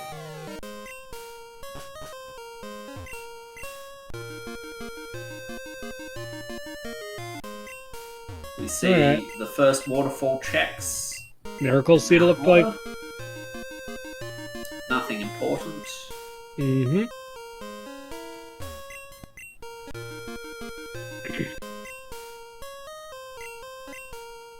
Another candy. Rare candy? Oh, Glacial doesn't have room for rare candy, so they. But he's quickly like, they gave them all to the Ursa Ring when they got it. Mm-hmm. Just using PP up. Yeah, using PP ups to get them out of the bag without wasting them. Might as well. If you got nothing worth tossing, and at this point, you kind of don't need the money, so. Yeah, money becomes a bit of a non-issue in the mid-game. Mm-hmm. Yeah, might as well. Yeah, you're gonna want those rare candies. Oh boy, There's the all-important blue card. The only thing more important than the blue card to get, of course, is the Pokedex, so... And the Splash TM. I don't even know what TM... Is that like a TM number, or are you just saying any TM with Splash? You can get TMs that teach Splash in Randomizer. Okay, so you're just saying any TM that has Splash, okay. Yeah. Yeah, that'd be a fun meme. Okay, Glacial not finding anything in Mount Morty yet. It's and the mine Girls check is a boulder badge! That is a play. That is big, because that could be a check. Potentially big, yeah. Yeah, Glaciel could skip that for a while. Yeah, that could elude Glacial for a long time. Like, they skipped Soft Sand Girls earlier, so Kimono Girls is just the sort of thing that you would skip. And as long as he's got Tin Tower to do, and he'll find Card Key, it looks like he's going into Ice Path now. He's going to find Basement Key and Card Key. He's found the Soul Badge. Yeah, that could be a big advantage for Snowbear. Still plenty of checks for Snowbear to do that Glacial hasn't done yet either. There's the basement key. This could be big though, because we're at the point, we're only an hour and a half in. Snowbear only needs 3 badges. Yes. We also need 2 Pokegear parts, but... Yeah, 2 Pokegear parts. Snowbear still needs 3 badges. We know that Snowbear will probably do Rocket Underground at some point. So they haven't done that yet. And that's a pretty big thing for Glacial to already have.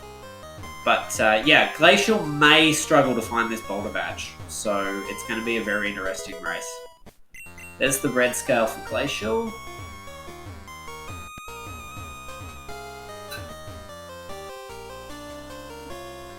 Snowbear's going to make quick work of this rival fight. Is Snowbear going to fight Morty, do you think? I mean, the fact that Snowbear is here instead of doing Card Key or Rocket Underground does actually imply that they are considering that. It's really interesting because Snowbear is a huge person who believes Morty is a scam. So, just doing Morty when you have so many other options, that would be uncharacteristic of Snowbear, I feel. Yes, it would certainly be a bit of a surprise, but maybe Snowbear is hoping that by making an unpredictable play, they'll catch Glacial out. Well, he's going for Morty. Yep, he's doing it! He's doing it! The mad lad is doing it! So this could be good, could be bad. I will say right now, if Morty is a scam, Snowbear is going to be furious and is not going to let anyone forget it. There's the Hive Badge for Glacial. Glacial now has cut. Glacial can do cut checks, which Snowbear still cannot do.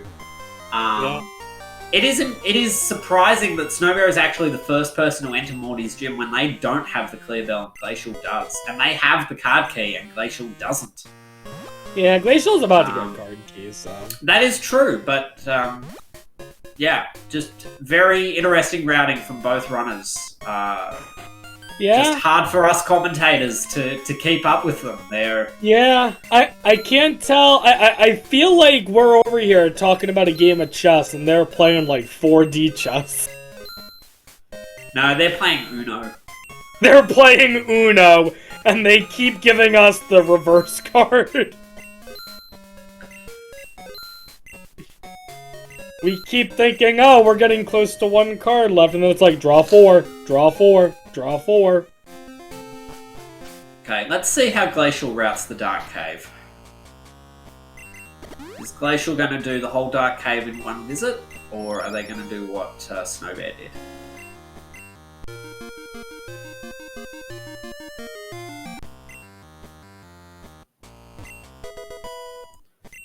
I cannot wait for Snowbear to be in voice so I can be like, whether Morty pays off or not. I can't wait to be like, so Snowbear, I thought Morty was a scam. Why'd you do Morty? Like, so early.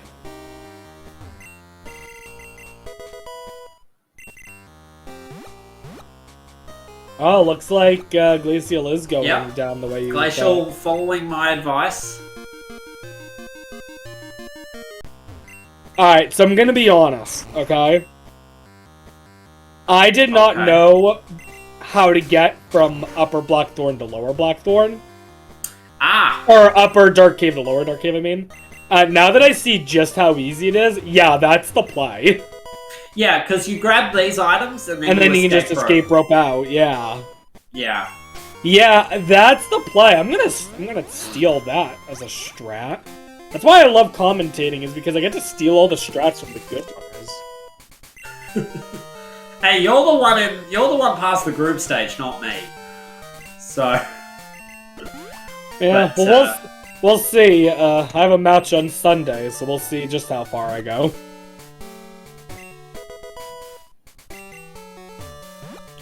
And Glaciel about to pick up the card key. I think Morty was officially a scam. Oh, I can't believe I didn't. It was a great ball and something else, so... Okay, now Snowbear is doing Rocket Tower. So still... Yeah, they still haven't found that clear belt. I think he's banking on Rocket Hideout being garbage at this point. That is a hell of a play. That is a very play. But if you because there are a lot of items. There are a lot of items in there. There are, but he only needs 5 items. And 2 of them are Pokegear pieces. All the rest of the badges could be West Kanto. It's a hard play. But what if something is in Whirl Islands and you've got Whirlpool in the Rocket Underground? Like, oh, I mean, I agree. It's a hard play to make. I'm not saying it's good or bad. I'm just saying what Snowbear might be thinking, what his rationale might be thinking.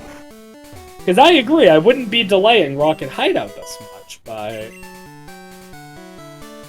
Imagine if you could despawn all the rockets in the underground by doing Rocket Tower first. Oh, there's the ducks. Glaciel finding the Pokedex. Rip. So yeah, Glaciel with a lot of cut checks available to them that Snowbear doesn't have. It's like they're gonna go do this cut check down here. Oh, okay.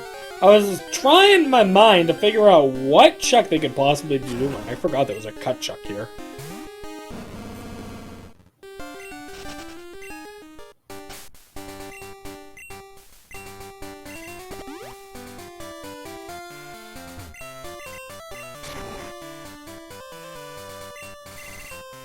Yeah, there's also a couple of checks south of Lavender that Glaciel can do now.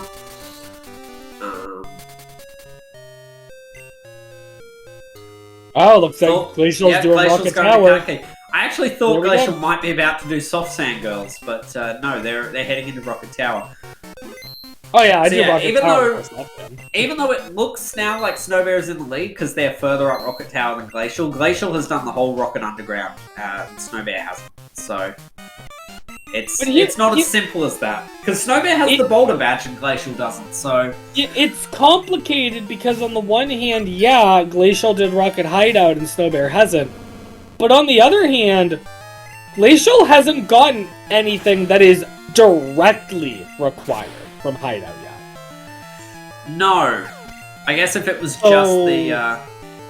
Was it just the Clear Bell? There was something else in there. There was Clear Bell, there was Waterfall. Right. Okay, and then there wasn't anything in the waterfall checks. Oh, and Secret Potion. And Secret Potion. Waterfall Mortar was barren. Victory Road could have something. That's and true. Cut, right? Oh, Cut. and HM01, right? Yes. So yeah. Waterfall would open up Victory Road. Cut opens up a bunch of chucks. Cut opens up a bunch of things. Yeah. Secret Potion opens up 2 chucks. And then Clear Bell opens up, I think it's like 16 chucks total. 12 in Tin Tower and 4 in the Hollow Chamber. So yes, I think we can still safely say Glaciel is winning, even though Snowbear actually has more badges. Yeah, as long as... Assuming that one of those 30-something chucks has something good. Which odds are pretty good. Yeah, the odds of Cut and Clear Bell both being barren is very, very slim. I would put the odds of Rocket Hideout being required at this point at probably like 85%. Oh, at least. Probably more. Yeah, maybe even more. But to reiterate, it's very close. Yeah, I mean, all it takes is Glaciel just not doing Kimono Girls. Exactly. Yeah, their whole lead could evaporate if they don't want to do that particular check. Mm-hmm.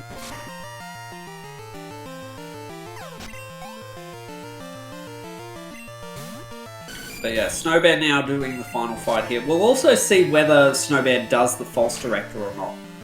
Runners sometimes like to skip False Director because he has 6 Pokemon and he's out of the way, and it's 1 check and it's usually garbage. Yeah, but still, I tend to never skip False Director. I mean, I do. Murphy's Law, the moment you skip False Director, it's gonna be something, so... I certainly would, especially if I was trying to catch up, if I felt that I was behind. Yeah, I mean, if I thought it was behind, then maybe I would skip it, but... that would be, again, a very specific situation. Every single thing I say, where I say, this is what I would do, this is not something I would do, it all really depends on the situation you find yourself in specifically. Because, you know, there are times where I'll do one thing, there are times I'll do another thing. You know, there is no blanket clause for this is what I will do every time, you know? Alright, so... Rocket nothing on Radio Tower checks having yet. Snowbear is doing False Director. Don't blame him. And then from there, we'll do... can definitely handle it. It's not an issue. Yeah, no. Both the Moltres and the Berserker. Speaking of rough red fights, honestly, I find it hard to imagine... So a hard red fight for Glaciel would have to be, like, a fighting type, right? It'd have to be, like, a fighting type. Like a Machamp with Cross Chop. Machamp, Primeape with Cross Chop, yeah. Whereas for Snowbear, it can literally just be any water type, so... Yeah, and you could even PP stall out Cross Chop fairly easily. So I have a hard time imagining Glaciel having a hard red fight. I mean, could it happen? Yeah. Just, you know, I think it's not likely. It's also still anyone's guess roughly what level they'll be at when they're fighting red. It really depends how many Kanto gym leaders you have to fight. At the moment, we have not fought any, have we? Neither of them have. No, neither of them have fought any. Which is kind of crazy, given how many of the badges we've gotten. I mean, you got the pass and you got the SS ticket pretty easily, and yeah, the card key turned up and everything. So, False Director looked like it was nothing. Yeah, we'll see if Glaciel happens to skip it. Snowbear will probably go to the basement now. Oh yeah, no reason to skip basement in this case. Now, this may be a bold idea. Snowbear, I think, has been playing the opinion that he's been behind. Could he try for an early clear? That's an interesting question. He doesn't have any part of Whirlpool. Yeah. Which means there's only 2 items in Dragon's Den that he can get. And Glaciel is going to fight False Director as well. Mm-hmm. So, no deviation between the runners on that point. Yeah. Snowbear just seems to want to not do Rocket Hideout. So, I could see him either doing Claire, or maybe even starting on the Kanto Gym leaders. Yes, I'm not quite sure where Snowbear will go after the basement without having the Secret Potion, without having the Clear Bell, without having Cut, without having Waterfall. But Glaciel, meanwhile, almost certainly going to go straight up that Tin Tower, so... Here's the thing, though, Zan, is... I know from my personal experience, I did a check, and I think my check was Kimono Girls also, where I did it, and it was an important item. And I thought, oh, this is awesome. I'm gonna have a possible leg up. And I didn't. At all. And I got wrecked, so... You kind of gotta... You can talk yourself out of it. You can be like, oh, well, they could just as easily do Kimono Girls. Yeah, that Boulder Badge on Kimono Girls is the real X factor in this race right now. As opposed to that X attack. Like, Glacial definitely has the lead, but that is Snowbear's big chance. Is the Boulder Badge check. Mm-hmm. So far, though, Basement Baron. If this Rocket Tower actually ended up having nothing... Well, it can't be Baron until you've cleared out Dragon's Den. I guess... If basement is empty, that means card key is a scam. Yeah, although, like Kilda just said, it could be Dragon's Den.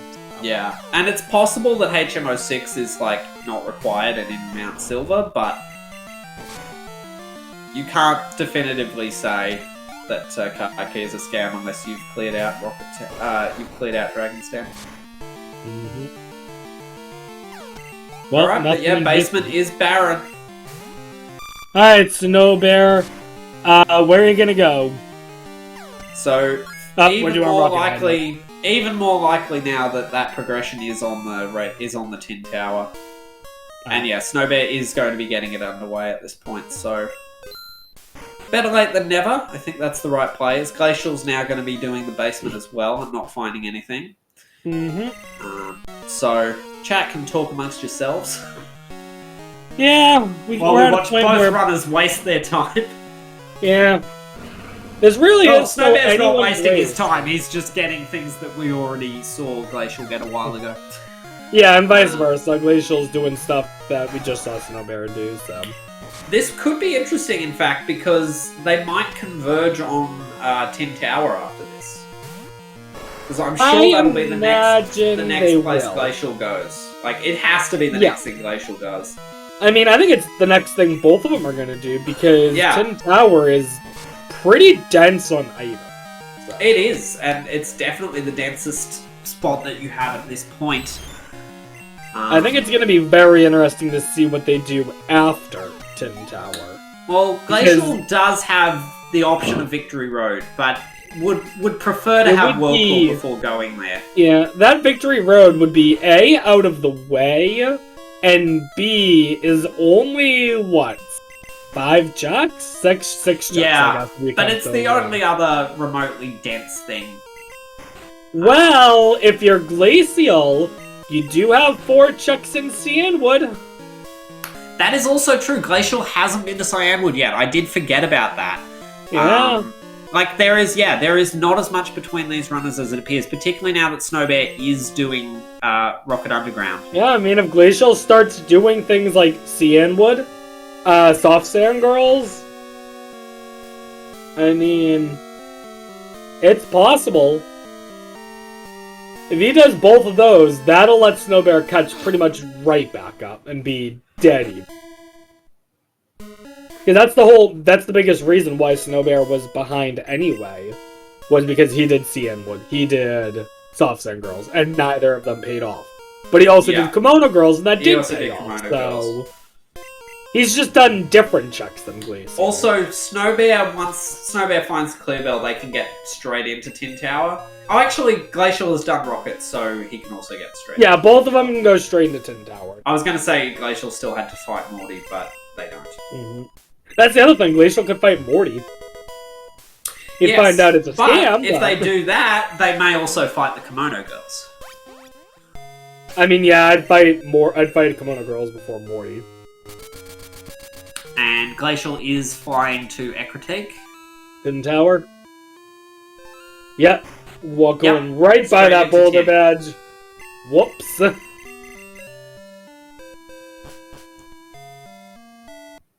It's a hard call to make, because I know there are people who argue on if Morty's a scam, and there are people who argue if Kimono Girls is a scam. I personally never think Kimono Girls is a scam. but Morty is a scam like half the time. If you've done a lot of bingos, you get pretty used to just doing kimono girls. I'll be honest, I agree, because I was a bingo runner before I did key item rando. Or full item rando like this, so. One-off checks are generally horrible. Yes and no.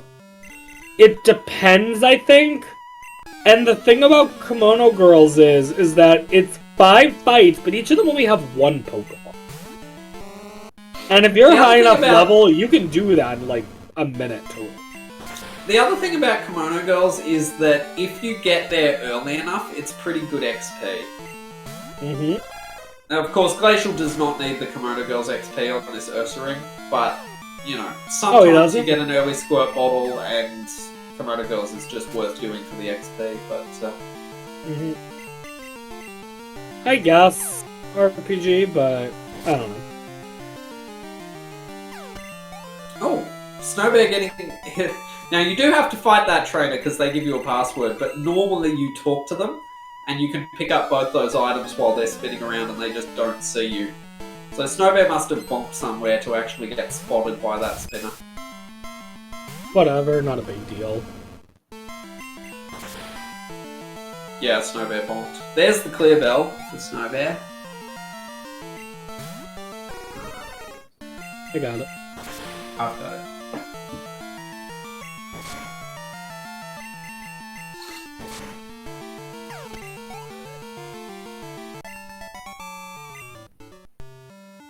That's my favourite spinner dodge in the whole game, the one Snowbear just did. Alright, so no one knew what this Suicune was. Let's find out together. I took a random guess on Nidoking. Actually, that might even be Rhydon. Or Typhlosion. I'm actually surprised no one recognized Typhlosion with Rhydon.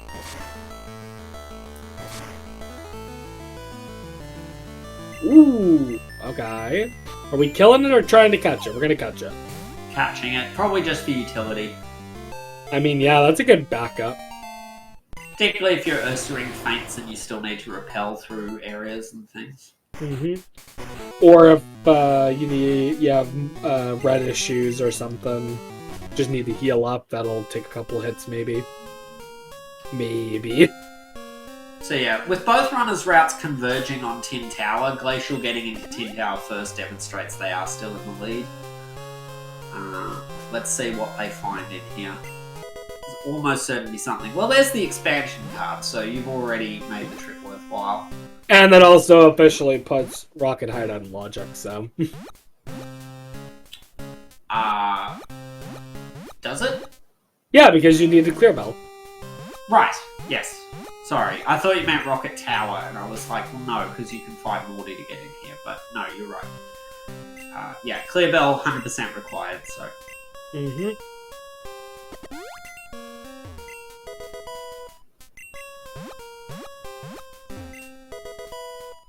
Mystery Egg. Well... potentially essential. Now what you could Mystery do... Berry.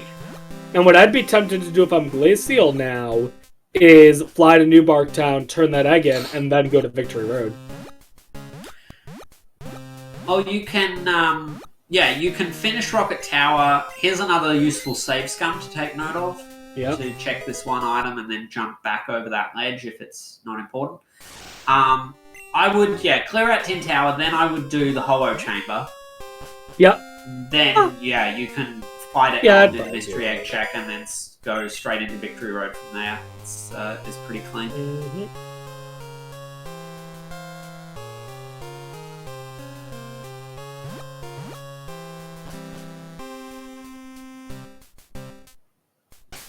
And here's another save scum. It's a whole detour of warp paths that lead to a couple of items.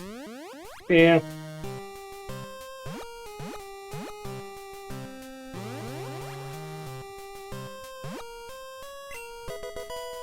Ooh. And Pokegear.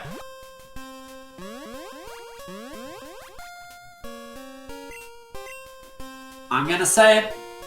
Tin Tower, Is absolutely stacked. stacked. I feel like I know what your phrase is by now.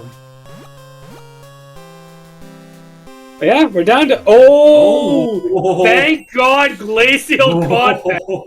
It ended up being nothing, but that has messed with runners before this tournament. Where you think you pressed A and you checked the item, but it was just your repel wearing out. Yeah, if your repel wears out on the same tile as there's Whirlpool as well, even more absolutely stacked.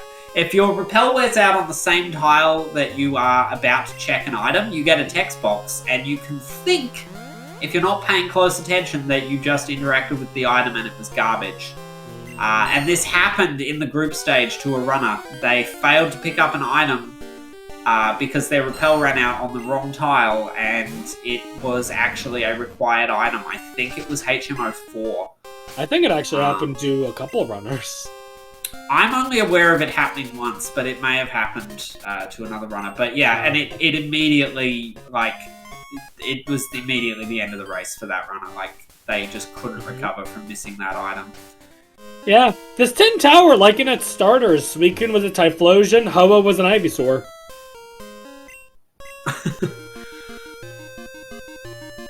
So, Glacial now going to get to the... Ho-Oh Chamber. Yeah, Ho-Oh Chamber. That is true. Chat points out that Glacial less likely to check Kimono Girls with all these extra items. But also, yeah. Also very possible that, you know, these items are required. Also, certainly the Pokegear and the expansion card were required regardless. Something else I will say, we had made the comment of, after Tin Tower, flying to New Bark Town and then going to Victory Road. Well, now that you have the ability to wake up the Snorlax, that's a way better way to get to Victory Road. Oh, and there's Squirt Bottle. There's the Squirt Bottle. Doesn't mean anything. Well, it is a single check. It's a single check? You wake the tree and then you talk to the NPC who normally gives you Rock Smash. I'll be honest, I would probably skip it at this point. Glacial flying to Saffron. Probably for the Lost Doll. Yes, that makes sense. Yes, he nearly went past, but yeah, he's doing the Lost Item check. Might even do Sabrina while you're here. It's certainly a play.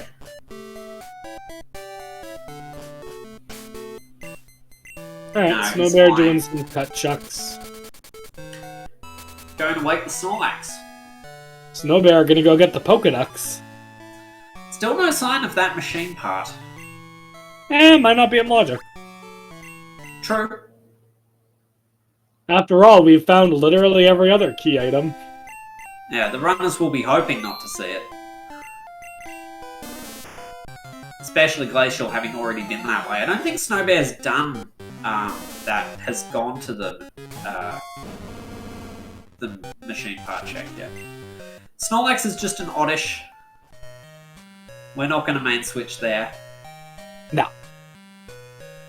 Vileplume, not an unrunnable Pokemon, but it's not a nursery. There's the Mineral Badge. I mean, yeah, West Kanto's the play once you're able to get here, so... So we're down to just two badges unaccounted for, and one of them is the Glacier Badge, which could mean Whirl Islands is just not required at all. Mm-hmm. Which means you get to keep your Banjo-Kazooie the entire way through. Which is what I want. Yep.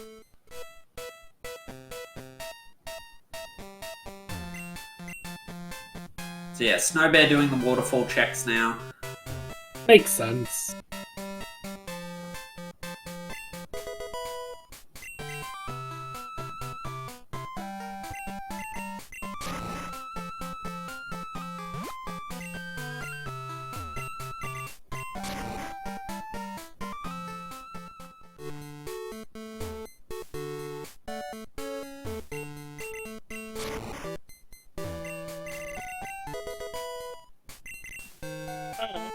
Glaciel's done a lot of the...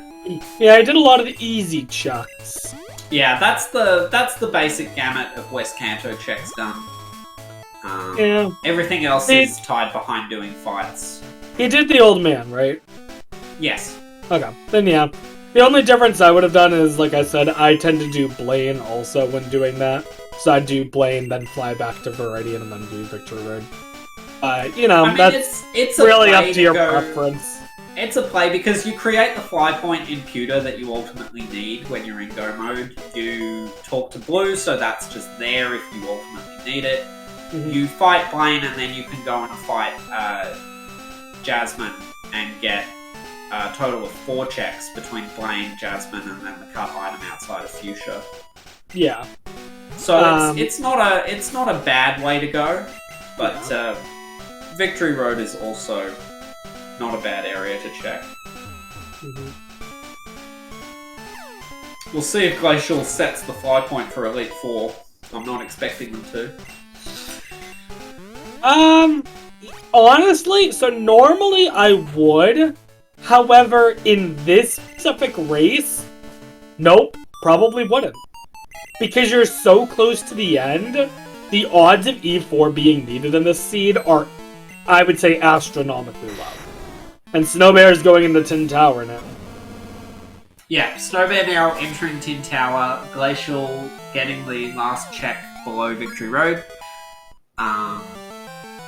And then Glaciel will just have to start cleaning up, like, gym leaders. Because they've run out of other things they can do. They could potentially go fight Misty. Cherry Grove. Cherry Grove. I think that was a misclick. They've already done the Mystic Water. Oh no, they're... What are they? They trade in Red Scale? I guess maybe they haven't done the Red Scale check. Yeah, I think Snowbear was the one who already did it. Okay, so... Oh, except here's your downside to the soft resetting. I guess, yeah. If you want to do the red scale, then you have to come back and watch that cutscene again. I guess you get a free heal out of it. He could soft reset again, though. Nope, we're not going to that. I mean, he's got fly, so he doesn't need to worry about dodging Rival 1. Sure.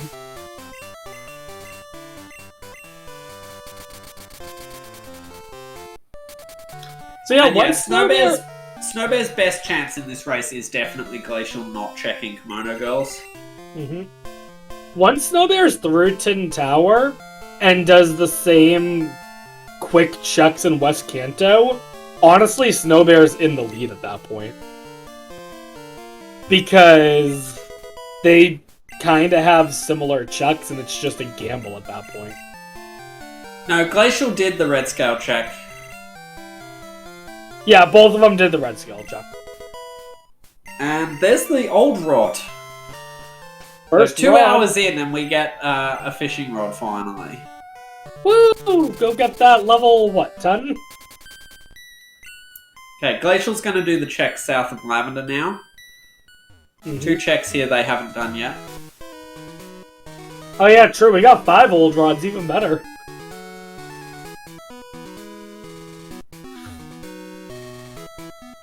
So the Cutlock check and the Surflock check.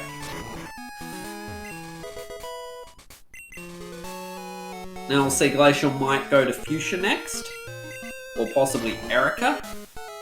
No, don't do Erica. Look, I'm gonna be a proponent right here. Erica is such a scam. Glacial flying to Violet. At least compared to the other Kanto gyms. Oh, doing the squirt bottle chuck. Ah yes, this makes sense. There's the expansion card for Snowbear.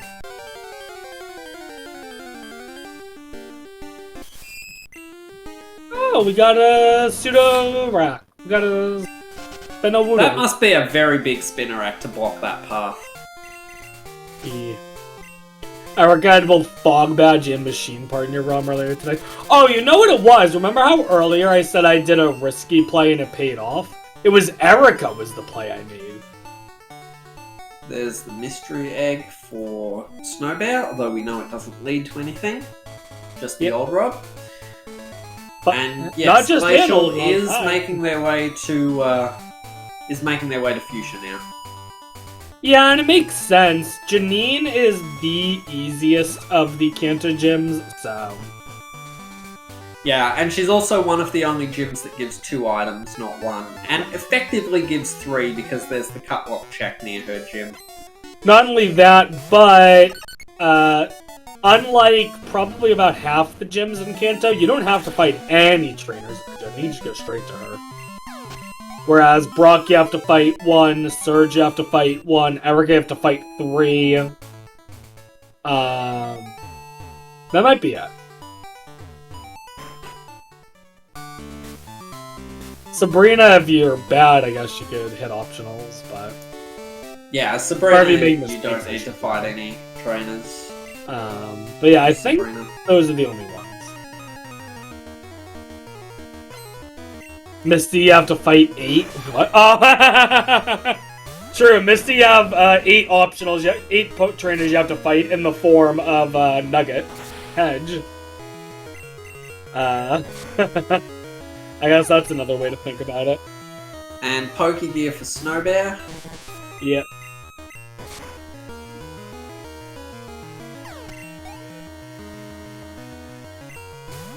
Now, Glaciel could also be doing the Kanto gyms, not just because, you know, they're Chucks, but at this point, when we're this close to being in Go mode, you want the experience. Because we're only in high world. Glaciel can also climb the lighthouse and fight Jasmine. We see HMO 6 for Snowbear as well. Yep.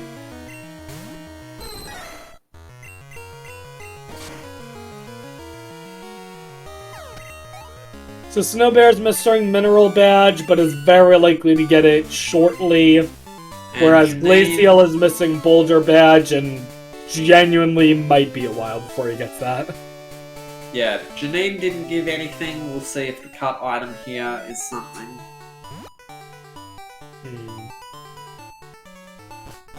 I will say Glacial probably should have fought Blaine and then Janine.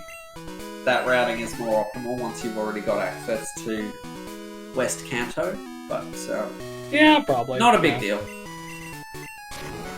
Yeah, because then you don't have to fight the trainer at the bottom of Cycling Road. Okay, nothing there.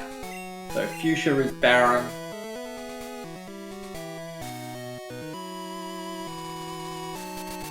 And it looks like Glacial's going to fight Erica. Oh, or not. No. We changed our mind. Lighthouse. Or possibly Cyanwood. Cyanwood! So that's pretty good for Snowbear. Yeah, we know that this is barren, so this will help Snowbear catch up a little bit. Snowbear certainly does need to catch up with... He's currently working his way to Ho Chamber, so... Yeah, hasn't even gone to West Kanto yet. No, but that's what Glacial did too. They did Ho Chamber before West Kanto, so... Yeah, for sure. Just pointing out. Yep. Quite a bit here. Glacial able to fly to Cyanwood, but yeah, not gonna find anything here, sadly. They'll probably be hoping to find Glacier Badge here so they can go straight into Whirl. Yeah, that would be nice, but nope. And at this point, both runners are gonna be wanting to have Glacier Badge be their last badge. Just so that way they know they don't have to do Whirl Islands. Or, and this is possibly bigger, with no Glacier Badge, you're less likely to have to do Dragon's Den, and you don't have to worry about the stupid Whirlpool check near Route 27. Now, you say that without Glacier Badge you don't need to worry about Dragon's Den, but there are 2 checks in there that do not require... You likely don't have to worry about Dragon's Den. It also could be that Glacier Badge is in Dragon's Den. Meaning that you actually have to go there without having it and hope to find it there, so... Point is, this ROM is not over yet. Not by a long shot. Oh yeah, no, I mean, with no Thunder Badge or Glacier Badge in sight, we could be here another hour and a half, I mean... for all we know, both badges are behind Nugget Hedge, and no one does it. Or one on Nugget Hedge, one on E4, who knows? I think both these runners are easily capable of 100%ing the run in less than 3.5 hours. Boulder badge was on Kimono Girls. The Boulder badge is on Kimono Girls, which is why Glaciel hasn't found it. Yep. Snowbear naming their rival Glaciel for the second time. Look, at least he's consistent. Glaciel also nicknamed his rival Snowbear. Yeah, they may have agreed to that before the run, that they were both going to do that. Maybe. I mean, they did Snowbear and Glaciel. That's 7 letters each, so... Have either of them done soft sand? Snowbear has... Snowbear has, and it was nothing. Yeah, so Snowbear has, Glaciel is not. And Snowbear already did Cianwood, so we know what Glaciel's doing right now is Barren. Yeah, so Glaciel could potentially stand to lose more time by doing soft sand at some point. Mm-hmm. We also know that Morty's Gym is a scam, which Snowbear has already done. Janine is a scam, which Glaciel has now done.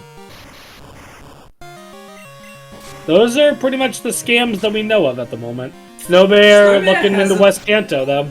Yeah, Snowbear hasn't done the rock tunnel yet, though.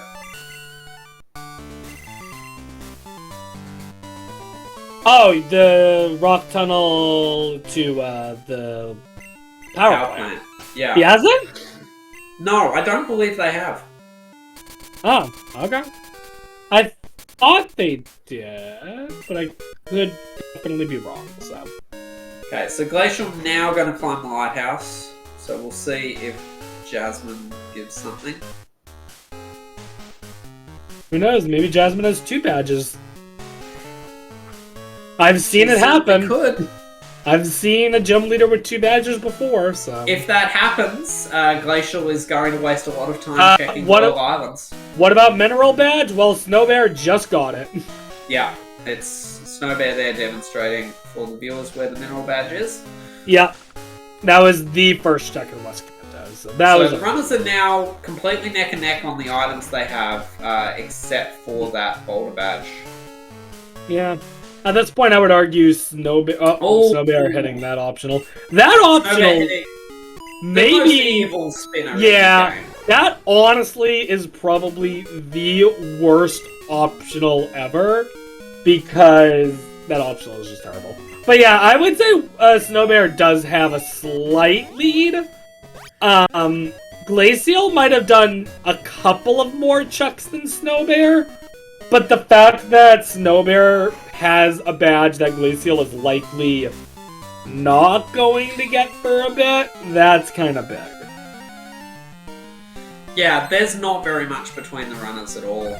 Yeah, I mean, we're pretty I'm inclined to say Glaciel is in the lead because they've already done the Victory Road checks. I mean, I guess, but like... They've already fought Janine.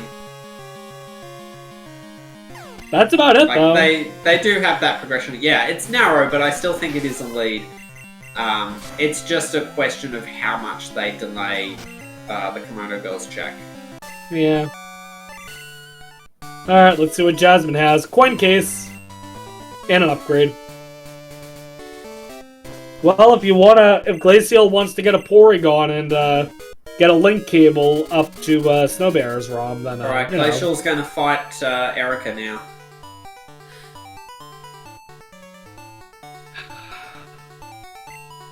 I understand why. Personally, I just hate Erica. I would do Surge. No one has done Erica. The only Kanto gym that anyone has done so far is Glaciel doing Janine. Every other Kanto gym has been untouched. Unless you want to count the hidden item in Misty's gym. Yeah. So, Kanto gyms are kind of at a premium at this point. But I would, like I said, I would not be doing Erica right now. I would be doing... Correct. I'd be doing Brock, I'd be doing Surge, I'd be doing Blaine. Correct, no one has gone to Hedge Maze yet. Yeah. Or E4, no one's done E4. No one has done E4. No one has done Claire for the early Dragon's Den potential. So yeah, we got a lot of options that people can do. And there's no clear indication of, oh, this is the good play to make at this point. It's kind of just, here's an open field, you know, throw a dart, hope you get lucky. But waiting for Erica to drop a badge just because I said Erica is a scam, I mean, it could happen. Like I said, the one time I did do Erica, I did Erica early in my first tourney match, and it paid off, so. Glacier on Claire. It could happen, I've seen it before.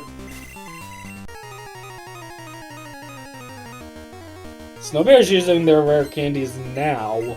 Probably just got a level up, so it's probably just a good time. Isn't Misty Kanto Morty?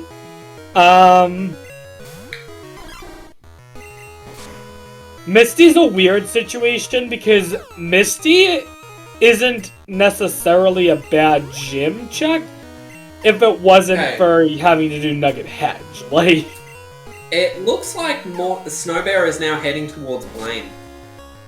Yep. I mean, it's good because at this point you want the Palatown fly access anyway, so. Yeah, if this check gives an item, then Snowbear is immediately in the lead. Yeah. They're already arguably in the lead, having that Boulder Badge, but we know that Glaciel could get Boulder Badge quite quickly. It's just a matter of if they choose to do that check. I don't see them doing Kimono Girls within the next 20 minutes. I think Glaciel is much more likely to try to do a bunch of Kanto gems before Kimono Girls at this point.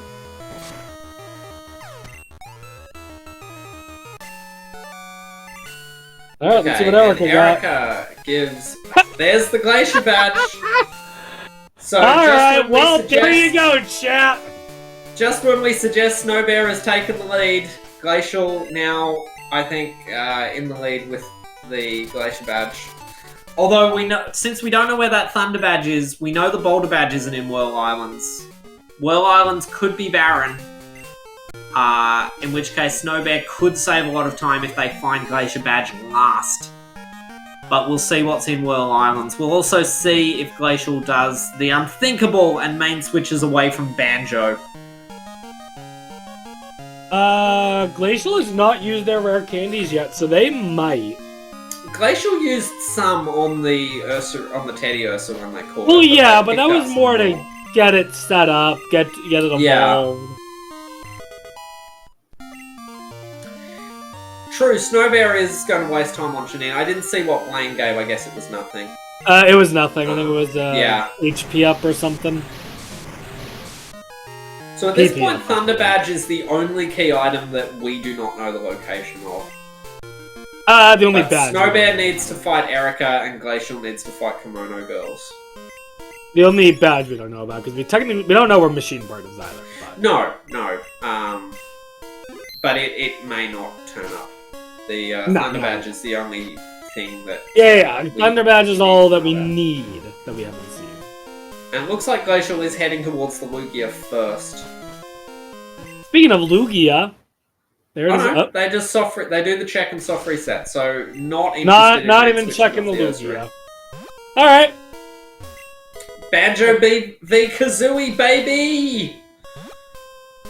Let's freaking go. I'm so happy. Be honest with me, you are so proud of yourself for coming up with that. Oh, I am. I mean, I think we would have realized eventually, but... I don't know if I would have, because... as much as I have played the series, you know, I'm in Pokemon mindset, not thinking of any other video games, really, so... Oh, there's the good rod. Super Rod? Nope. Okay, simple escape rope. This Whirl Island's not looking good. Well, we knew there was a chance because there's only that one item we care about.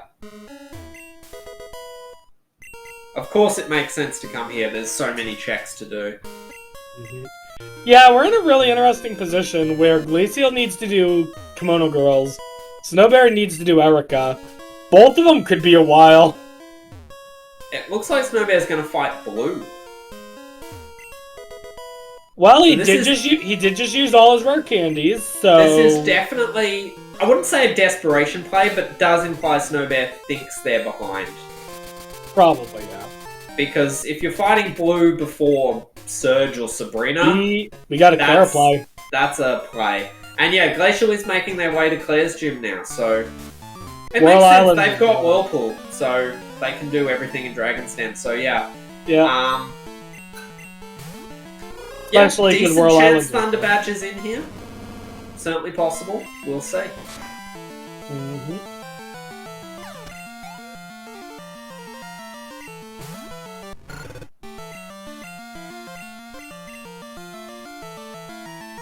This is my least favourite part of the runs to play and my favourite part of the runs to watch.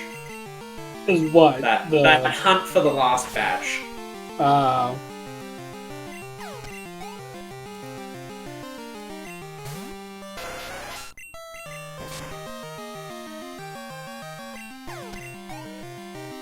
Yeah, Snowbear struggling to kill this Blastoise. It has Zap Cannon, and his Moltres only has Spark.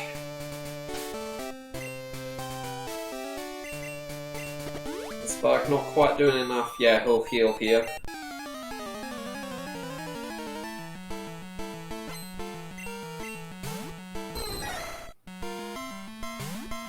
Hi, Rogue!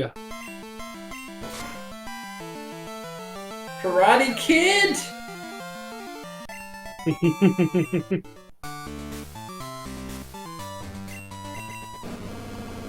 I don't think Snowbear's set up.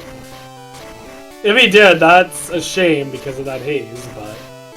Oh, he tried to after the paralyzed? Okay. Oh well.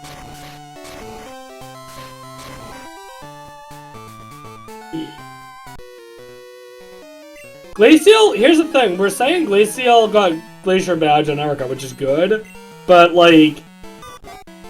that they are putting all of their eggs in Whirl. Yeah, like Glacier Badge this late can be bait. Yeah, we saw Whirl Islands was barren. It's an advantage for Snowbear to have not found it yet. If they happen to check, if it's vanilla, like Thunder Badge on Surge or something, looks like Snowbear's going to do the Lighthouse check now. So yeah, this is barren. But it's two items. It's not actually a very long check. It feels long because you've climbed the Lighthouse once already, but it isn't really. Yeah, no, Jasmine's a good play. Yeah.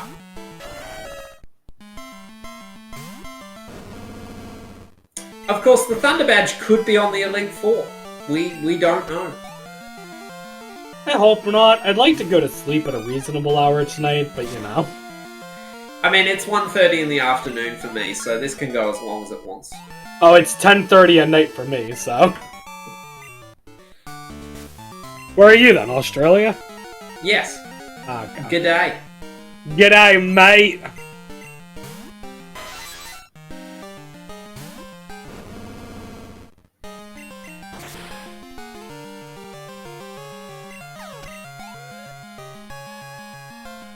Yeah, but that's gonna happen, Darkrit, is they're gonna be doing checks that the other has already done. So, nothing you can do about it other than, patiently wait for new checks to be done. So what checks does Snowbear have open? Are there any checks in Johto that Snowbear could do? I guess Claire. So. Yeah, Claire. But that's about it. That's about it. But there's Sabrina, there's Surge, there's Misty. There's Route 4, there's Brock. Honestly, if I'm in Snowbear's position, and I'm being dead serious, I might do Brock's in Route 4 now. Yeah, it's certainly a play, because once you get Route 4, you're practically in Cerulean, you can go straight up to Nugget Bridge. I might do Surge before making that play, but... Yeah, I would do Surge and Sabrina before doing that play, but... into Dragon's Den now.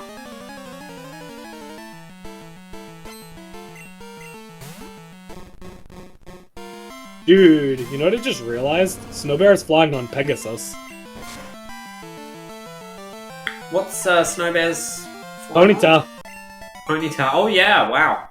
We got a Pegasus. Okay, Snowbear doing the lost item check. We know this is nothing. Glaciel. But will they go into Sabrina? Checks. Surely you Did they do the item to the left there? Oh, okay. Yeah, Glaciel checked that it was nothing. That item's nothing. Yeah, Snowbear's fighting Sabrina. This is all comes down to who finds the Thunder Badge first. Well, not necessarily, because one of them could find it and then not get the badge that they need. Like, it doesn't entirely come down to it. Once we see the Thunder Badge, though, you know, we know where everything is, but that doesn't necessarily put someone in go mode. I think the Glacier Badge is easier to find than the Boulder Badge. Agreed. Which is an advantage for Snowbear, so... I would agree.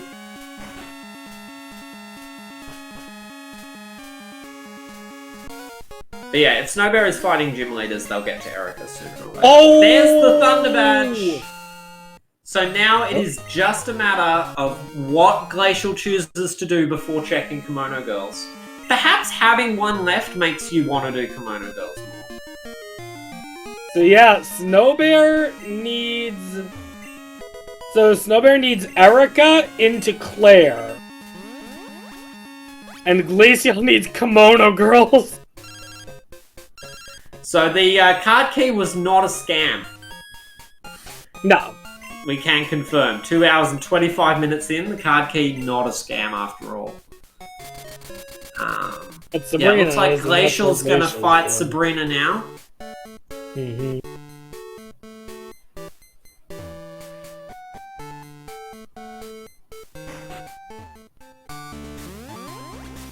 Yeah, Snowbear's doing Brock right now, which, you know, we haven't seen what Brock is, but we know it's nothing.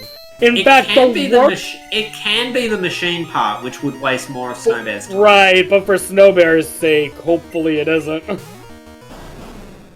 Exactly, but actually, I guess for both of their sakes, neither of them want to find the machine part right now. Oh yeah, that's true. Glacial would waste time if they found the machine part too. So yeah, don't do E4. Don't do Nugget Hedge.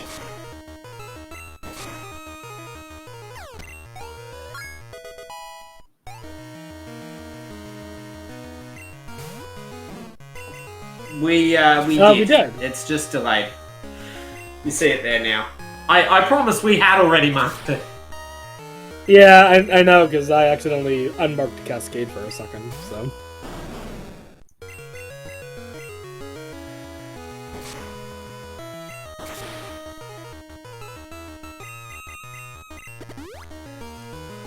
So yeah, now it's just a matter of seeing who's able to go to the right place first.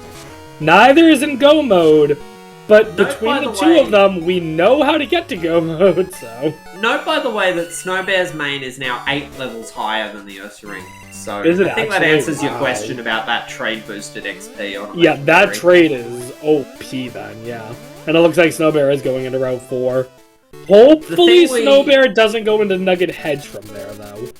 The thing we forgot to mention when Snowbear traded as well was Snowbear already had the Rising Badge, so they didn't have to worry about obedience on the Moltres. If you trade for a Pokemon and it gets to a certain high level and you don't have a badge that you can use to control it, it will get disobedient, and that is not something that you want. Darkrit has a good point, though. Snowbear's used all their rare candies. Glaciel is not. Oh... yeah, okay, if Snowbear used all the rare candies, that would account for it slightly.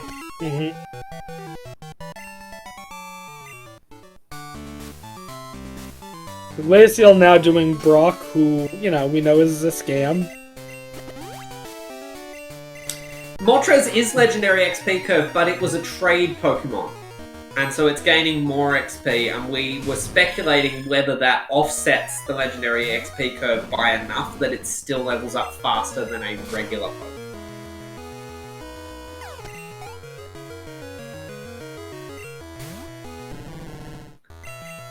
You can see them both doing Route 4 and Misty. I think Kimono Girls, when you're one away and you've got a super high level main, it's not that bad. But anything is possible. Like, any play is possible from both runners, as we see Snowbear is doing Route 4, so... Yeah, I mean, like I said, I don't blame him doing Route 4. It's a good play. I mean, Glaciel is very likely also going to do Route 4 after Brock here. I just hope neither of them go for Nugget Hedge. Otherwise, we're going to be here a while. Especially if both do.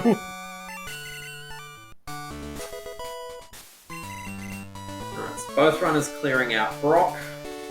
Yeah. Oh, are we not doing Route 4? Nope.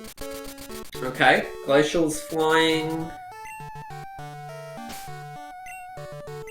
Whirlpool check. Okay, do the Whirlpool check. Okay. Whirlpool check. Snowbear going to do Surge, it looks like.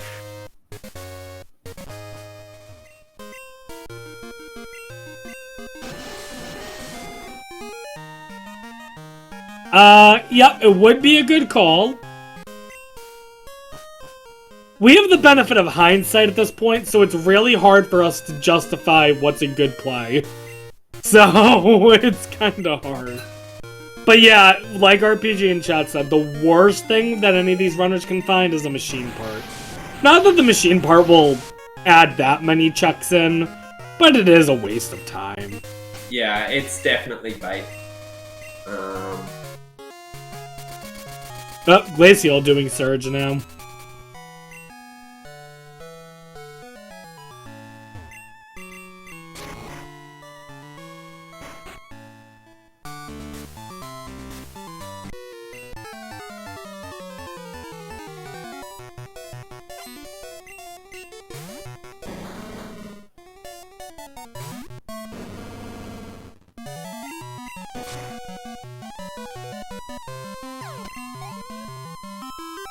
This has been a really good race. Oh yeah, it is a very good race. This has been intriguing all the way through. It's been very hard to tell who will win all the way through. Oh yeah.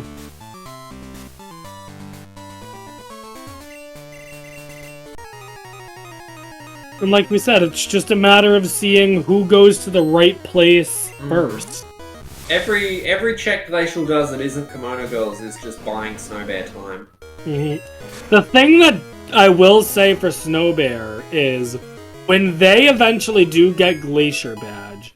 So Thunder for Badge those, is in Dragon's Den, and So Glacier Badge is on Erica. yeah. So Snowbear needs to get. Snowbear looks like he's gonna go get Erica right now. Yep, he's heading in that direction. The thing is, though, is that they're very likely going to do Whirl Islands before Claire, so... That is true, but they will probably do Claire after Whirl Islands.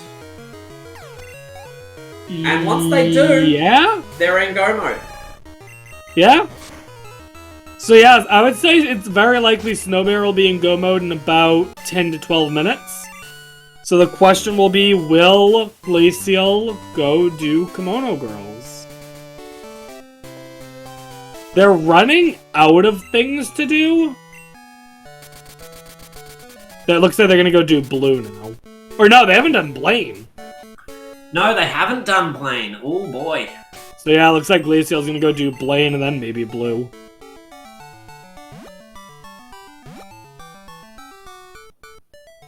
Yeah, Glaciel is gonna be upset when they learn where the Boulder Badge was.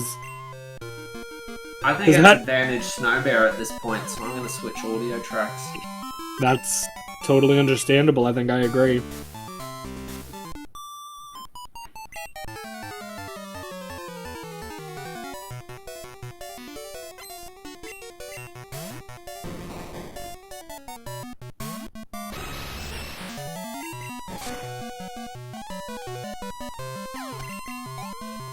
If Glaciel does Misty before Kimono, Snowbear wins. Pretty much, yeah. If Glaciel goes for either E4 or Nugget Hedge, then I think Snowbear wins, unless Snowbear has a hard time on Red. Which could happen. I don't think it's likely to happen, but if all it takes is Red having a level 80-something water type with Hydro Pump or Bubble Beam or another good water move, like... It's true that Snowbear's typing is not as good as Glacial's, but Snowbear does have a legendary and a higher level one at that. They may not need to do much setup on the fight. We'll see. Where's Dim next to weigh in on Kimono Girls being necessary? I know I have always said, before even this ROM, I always said, Kimono Girls is not a scam. You should do Kimono Girls. Here's your proof. Alright, I imagine Blue is up next. Oh! He's going to Equitique. Or is he doing Morty first, or does he do Kimono first? We're going Kimono. Oh! Alright, it's advantage Glacial again. Unless Snowbear goes straight for Claire. Yeah, well now Snowbear needs to make the play and go for Claire's gym before Whirl Islands. But he's not. And they're going to Whirl Islands. This could still be a race. Because Glaciel could have issues with Red. A human who thought they were behind and was trying to catch up might make that play of Dragon's Den first, but yeah, that's the only reason you would, is an inactive thing deliberately unpredictable. Yeah. This is why I've maintained Glacial did have the lead here, because they were only ever this check away from having a complete advantage over Snowbear. And yeah, now that they've finally made this play, it's very much ball in their court. Yeah. I wonder if Snowbear will check the Lugia. Probably not. Especially because the Moltres is already level 62, I think. I think it's 64. 64, yeah. Like it's higher level than the Lugia. Yeah. And the Lugia does not have the boosted XP. Of course, you never know. Could be a Mewtwo.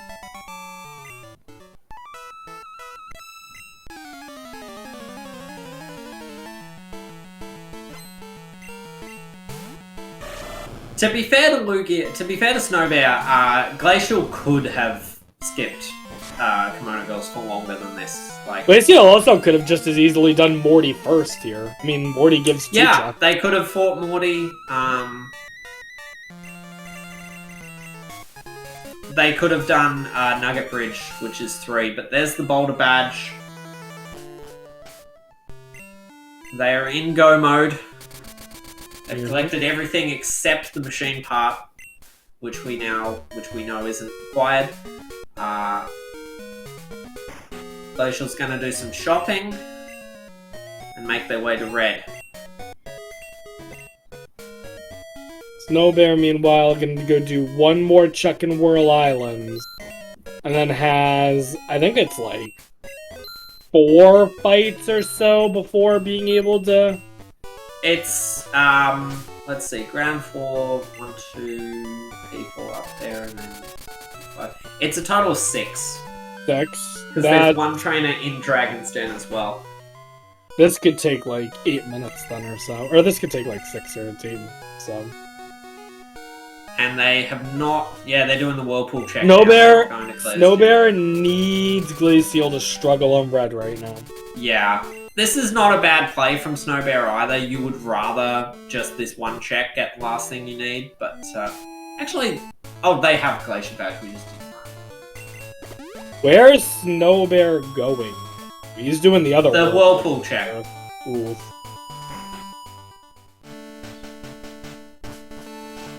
Red fights can be strange. So this is not over, but Glacial, yeah, with probably 10-minute lead.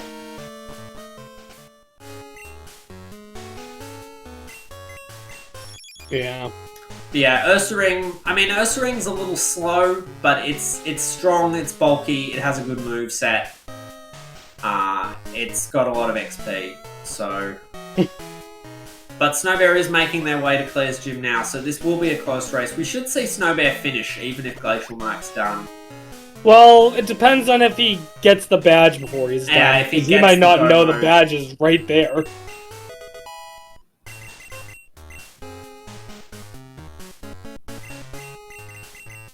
No crunch. Alright.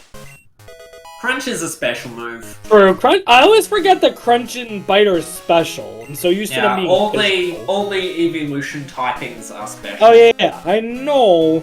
Just for some reason I always forget with those two moves. Now we save the game, and it's time to see what Red's lead is. Here we go. Mewtwo. Psychic Mewtwo. It's a Kingler, that's a strong Pokemon. Does it have... If this has Cross Chop... Imagine. Vital Throw! Oh! Ursaring showing its bulk right there. Yeah, Kingler has an extremely high physical attack. In fact, Krabby has like 105 attack. We might be in an interesting place now. So Glaciel's gonna have to set up an X. Because Moltres resists Vital Throw. Like, it's a flying type. Yeah. So... he's gonna have to set up with X defense right away. Yeah. Even still... I have to hope that he doesn't get crit by any of these. Yeah, that's scary. A crit is definitely going to just knock him out, so... We'll see how he manages this. Yeah, the X defense are giving him wiggle room. And Spike Cannon. Okay. So that crit, but that was a weaker move.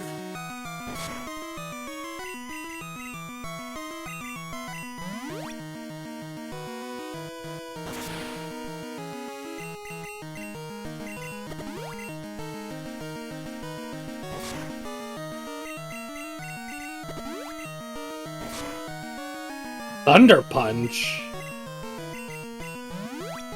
And remember, Glacial will be feeling the nerves here, because they don't know where Snowbear is. They know that it's 2 hours, 40 minutes, and Snowbear hasn't finished yet. For all they know, Snowbear is on this fight as well.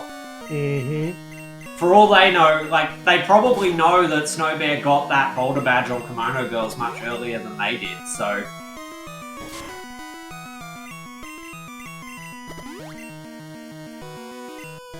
When you get that last Go Mode item and it's on a check that you could have done 2 hours earlier, you feel like you're probably behind, so Glacial will be feeling the pressure.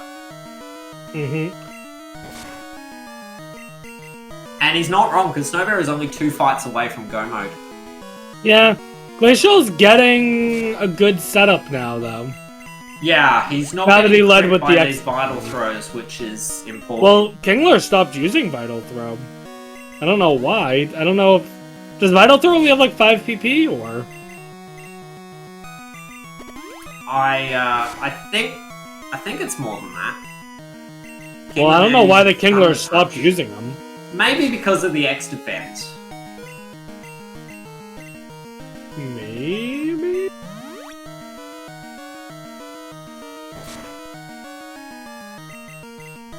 Okay, Snowbear 1 fight away. He has to do the quiz, setting up very thoroughly here. Snowbear also has to do the quiz, so... Yeah, 1 more fight and the quiz. But still, it goes to show how close this race is. Snowbear will almost certainly be in mode. I guess what Vandia said, because of all the X defense, it calculates that Thunder Punch will do more damage, so... Alright, the Kingler is down. Now we see a Grand Ball. And Glacial did use an X accuracy, so he doesn't have to worry about Jump Kick missing. Porygon 2 will drop to that as well.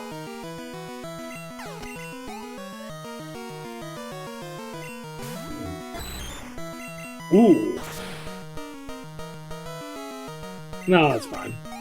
You're weak to Jump Kick, and you're weak to Jump Kick. They're all weak to Jump Kick. Except for maybe Mew. Mew is not weak to jump kick. No, its strength should take down Mew. I think there's only one more Pokemon for Glaciel now. Please imagine one-shotting the Mew in the red fight. And there you go. And that is the game. GG Glaciel. Just as Snowbear is about to enter into go mode here. And yeah, nearly everything on Red's team was weak to jump kick. So let's see if Snowbear plays this out. They get the Thunder Badge.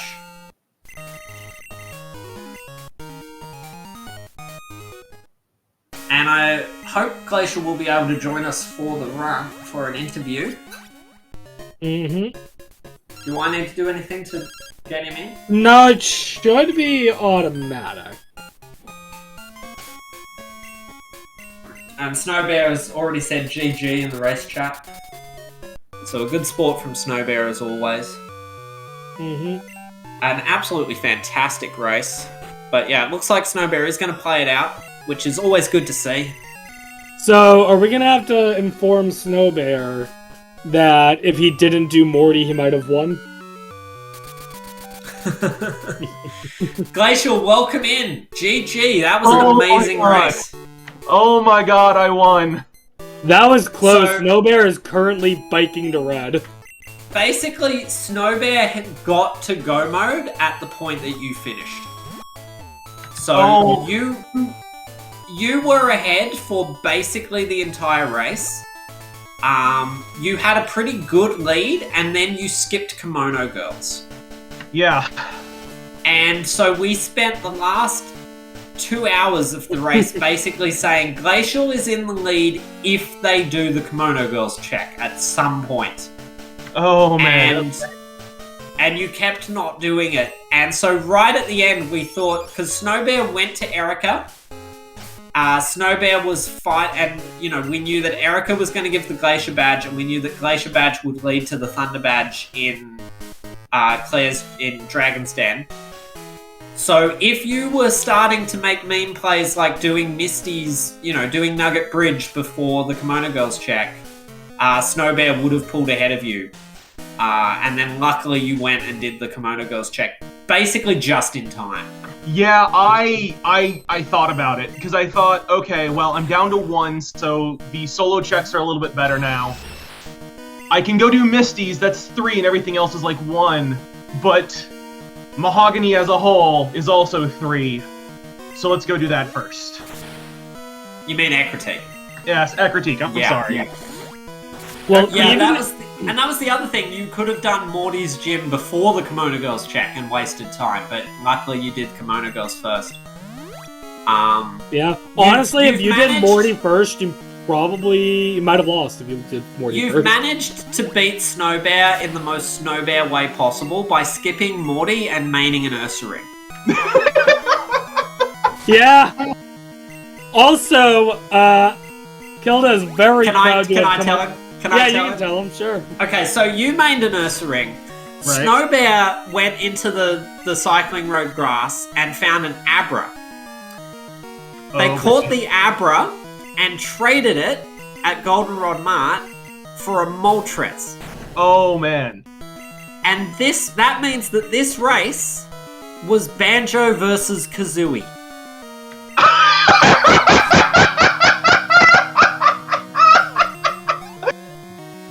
That was my reaction too. Oh my god, that was great. Okay. Yeah. The ultimate meme. That was amazing. And welcome SpeedGaming 4, thanks for the raid. Welcome SpeedGaming 4 with the raid. Just in time to witness Snowbear cleaning up this red fight. Also, yeah, we wondered too when you got to red, like if red was going to give you enough trouble for Snowbear to catch up. Because a Kingler with Vital Throw is not what you wanted to see. No, I had a couple of ideas on how I might be able to get through it, but I'm glad that the first one worked. Yeah, I mean, fortunately, just using the X defense ended up. Yeah, being enough. luckily the Kingler didn't crit you with any of those vital throws. Oh yeah, no, I was terrified of that. I was absolutely terrified of that. Because we're seeing now Snowbear wrapping up the fight only like 4 minutes behind you. No, and he didn't seem to have any problems with it at all. Yeah, that was very, very clean. Oh, I don't know how I won. You had that lead right from the beginning. It's hard to account for exactly where it came from. You may have just not had as many encounters on the early routes as Snowbear did, but you just seemed to have that lead right away. You made the right play leaving Sprout Tower early and not persevering with that fight against the Elder that we saw was giving you trouble. Yeah. There was also a couple chucks that Snowbear did, particularly Morty and Soft Sand Girls. You actually took the Pillar Swine as a starter, and Morty and Snowbear took the Ponyta. Yep. And Ponyta did, and Snowbear spent time trying to find a new main, and you just didn't. You just took the Pillar Swine and ran with it immediately. Yeah, I was looking for a new main all the way up until I found the pass. If I don't repel through that route, I'm basically just going, okay, if I find a main, I find a main, and if I don't, I'll have to stop and look. And then I found the pass, and I'm like, shoot. Okay, well, but it was an annoying thing because yay passed, boo out of logic pass, because now I have to worry about the squirt bottle showing up or what for fly logic. And so it's like, do I want to go do that without fly logic? And then I found the Zephyr badge, and I'm like, I'm willing to bet you that we find Flash before Squirt Bottle. I'm willing to risk it. Speaking of which, there was an interesting play that both me and Kilda were very surprised with, but immediately realized that you outplayed both of us in death warping back to Azalea. Yes. That was a very good play that neither of us were expecting. We thought you were setting up for a death warp just back to Saffron. No, that was a death warp all the way back to Azalea. Yeah, as soon as you spawned in Azalea, we were like, wait, that's awesome. Yeah, that was really really elegant, because I initially thought you were just death warping to get past that cycling the biker guy near Lavender, but yeah, you went all the way back to Azalea in one drop, and we were like, oh, that's cool. Yeah, and we saw you deposit the Teddy Ursa right before you did it, and we're like, oh, he must be going for a death warp. So yeah, that was very, very clean. Basically, yeah, you played very clean. You did hit that one spinner above the one optional above Olivine. Yeah, no, this is my first. I do a lot of practice runs. This is my first run hitting only a single spinner, and it was one that I never hit. I think both you and Snowbear each hit one optional, so, it happens. Oh, I should check the Ursa ring. I meant to do that. Yeah, we'd like to see the stats on this Ursa ring. It looked like you never really struggled with it, so I'm guessing it had alright stats. It was male, right? It is male, and I just saw it'll show up on screen in just a second. I don't know. I'm pretty happy with that. Oh, let's see it. Come on. It usually takes a little while, so... Yeah, it's got a propagate. Glaciel, you also did Rocket Underground much earlier than Snowbear. Snowbear delayed doing the Rocket Underground sequence for as long as they could, it seemed. They went straight through to Ice Path and did all of those checks. They did Rocket Tower before. That meant, they actually went and fought Morty before they even got the clear bell. And you already had the clear bell and had Tin Tower available and and had the card key and Snowbear. Wow. Yeah, the routing was interesting. You were taking the same exact route right at the beginning. You made all the same plays, and then you branched in the middle in North Johto with the things that you were doing, and then it all kind of synced up near the end. But you were missing that Boulder badge on Kimono Girls. Snowbear was missing the Glacier badge on Erica. You were all doing the remaining Kanto gym leaders in different orders. And we didn't know where the Thunder badge was, and we didn't know who was going to find it first. We didn't know if the Glacier badge was just going to be bait. We thought that if Whirl Islands was barren and Dragon's Den was barren, then Snowbear would have an advantage by not finding the Glacier badge before you. Yeah, no, I actually thought that was going to be the case, especially after I did Rocket Tower and there was nothing in it, nothing in the underground. I'm like, oh no, oh dear. And then I found 2 pieces of the radio card in Tin Tower, and I'm like, should I have done Morty and Kimono Girls? So this Ursa ring, rough HP, but everything else looking good. We're now getting a look at Snowbear's Moltres.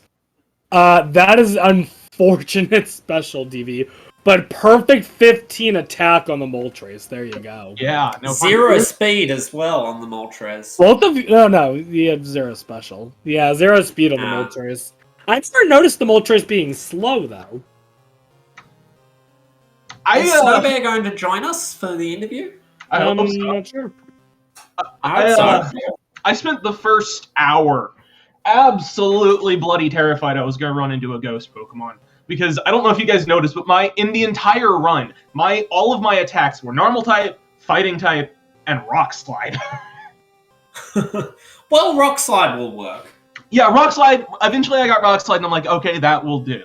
I kept checking my TMs every so often just in case an Earthquake or Drill Peck TM showed up, but I was like, okay, this will work. Normally, I don't like having 2 of the same type moves on a Pokemon, so I was a little bit like, can I get rid of Headbutt, please? But I think for an Ursa ring, like Headbutt and Strength is perfectly justified. Yeah. Yeah, I mean, if you got nothing better, then, it works.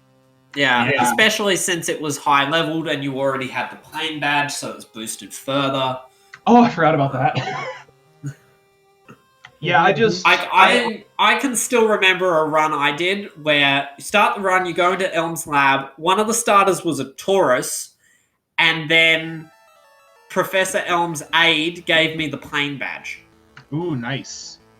And the Taurus already had Thrash when I picked it up. So I was like, okay, I think I know what I'm supposed to main here. Yeah. I think I can see what the logic is telling me. Snowbear is currently talking with the Spanish restring. Ah, that makes sense. Okay. Well, but make sure he said they come he will be. Yeah, he will be. Yeah. Joining. Yep. So going back to the whole early Rocket base thing, my thought process with Rocket Hideout is that Rocket Hideout is a ton of fights, which means it's a ton of experience and it's a ton of stat XP more than anything else. Yeah. So once I'm happy with what I've got, I'll go kind of rush it because there's a bunch of items there and it was in a really convenient place because then I could go do, Ice Path and all that stuff. And so I'm like, all right, I'm pretty happy with this Teddy Ursa. Let me evolve it and then let's go ahead and let's go do the Rocket Hideout. And I was pretty happy with it at that point. I was much happier with the Stylus one. I was saying that you actually could have skipped the lighthouse altogether and just gone straight for Rocket Tower first when you got off the boat. Because you already had Fly, and if you had done that, because you found the secret potion in Rocket Underground. Yeah. With that many checks available, I would have delayed Lighthouse since I already had Fly and didn't need to worry about it. But Snowbear, welcome in, GG. Hey, Snow. Commiserations. Well, we were joking earlier. I was mentioning earlier in the Spanish one. We were joking about who was going to be the first one. I was joking about racing him to be the first one out of the tournament in this bracket. So Snowbear, Glaciel defeated you. We were just saying Glaciel defeated you in the most Snowbear way possible by skipping Morty and maining an Ursa ring. Yeah. I heard and a also, little about that. Something we want to point out, if the Spanish restream didn't also spot this, Glaciel was maining an Ursa ring. You mained a Moltres. So this race was Banjo versus Kazooie. Wouldn't really call it, but I guess. I was just more than happy just to do the trade. I mean, I was losing so much time, not only from the trade itself, but the fact is that with the extra experience, it was an extra text box, and it took so long. I guess, but I think it kind of helped out. That Moltres was really solid. Yeah, It the was. Moltres was great, and it was very high leveled. Like, it was much higher leveled than the Ursaring by the end of the run. You guys both got those Pokemon at about the same time. Yeah, So yeah, I didn't the Moltres see. was very strong. I didn't see where the Teddiursa was. Like I heard, It I was guess. it was It in was the Cycling grass and Road. Cycling Road. Oh, I guess unlucky. I You would have just run didn't see that. it. I figured I would run the Houndoom because I got the Houndour and I was like I would run Mhm. it. I mean that's absolutely runnable, and I'll just check one more time. And of course I found the Abra, so I'm like, oh sweet, done. Yeah, Wow. both of you Although found the check it. Houndour, but that Houndour just did not have a good moveset. Well, the No. problem was more that none of these had a good moveset. I mean, the Moltres you got did. Yeah, and I was pretty happy with the Ursaring, because if you can throw Strength and Headbutt on an Ursaring, your Ursaring's going to be fine. Yeah. Yeah. As long as you can also hit Ghosts, which, you know. Yeah. Mhm. So There's Glacial, plenty of good TMs though. when you found that your Go Mode item had been on Kimono Girls the whole time, did you think you were in the lead? No, but I didn't think I was in the lead. Well, okay, this is the one time I felt like I've done everything really efficiently. I actually feel kind of good about all of this. I think I'm probably okay. And then it was on Kimono Girls, and I'm like, I don't know if I feel good about this anymore. I did the Kimono Girls really early. I did Kimono Girls into Morty into doing the radio tower, and I just felt so bad because then I felt like I was a little bit behind actually because I did the Mahogany Rockets so late, and that had so much progression. And I was like, oh my god. Yeah. The one Yeah, we thing were you had, saying. yeah, the one thing you had going for you, Snowbear, was if Glaciel just put off Kimono Girls just a tiny bit more, even if they did Morty before Kimono Girls, that might have been the difference. Yeah. That would No, have there been was a good absolutely 5 neck and minutes neck in that before case. we did it between us. I don't think it was that much. I think my routing was just more poor. Like I felt really good with the Storm Badge, and then I was doing all these checks that weren't as efficient, but I was trying to complete everything in one area. I was just really bummed that it's because it's like, okay, well, got to the last badge, and everyone's like, well, why did you Route 4? I'm like, I'd rather do Brock and Route 4 rather than Eric. No, I mean, both 'cause I didn't of think you, anyone both would of you do Route did. 4. No, both of you did Brock and Route 4 before getting your go modes. I No, don't think Glacial that's did bad. Brock, not Route. Oh, right, Glacial did Brock, but I don't fault you for doing Route 4. I would have done Route 4. No, I mean, there's no wrong plays at the end. You've got to find it somewhere. So, yeah. The other interesting thing is Glacial did sort of came off the boat and went up the lighthouse and then beeline for Rocket Tower, which had most of the progression in it. And Snowbear did Cyanwood early, which was barren. Yeah. So that kind of set you back a bit. Ultimately, Glacial did go to Cyanwood much later, but it sort of offset you a bit. And also, Glacial took the Piloswine starter and just ran with it until they caught that Teddiursa in Cycling Road. Whereas Snowbear took the Ponyta and, was looking for a main for a little bit at the beginning. So that was where Glacial got that early lead.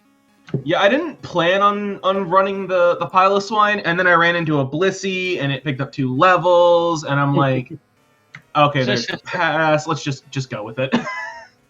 Yeah, Snowbear, out of curiosity, why'd you choose the Ponyta? Well, Ponyta is faster than the Piloswine in the God, first it place. is. So Ponyta. So the important thing in the first routes is to choose something that can actually run away from the wild pokes. Piloswine can't. No, I 100%. No, I 100% agree. not very I well. almost chose the Ponyta for the same reason, and then I decided.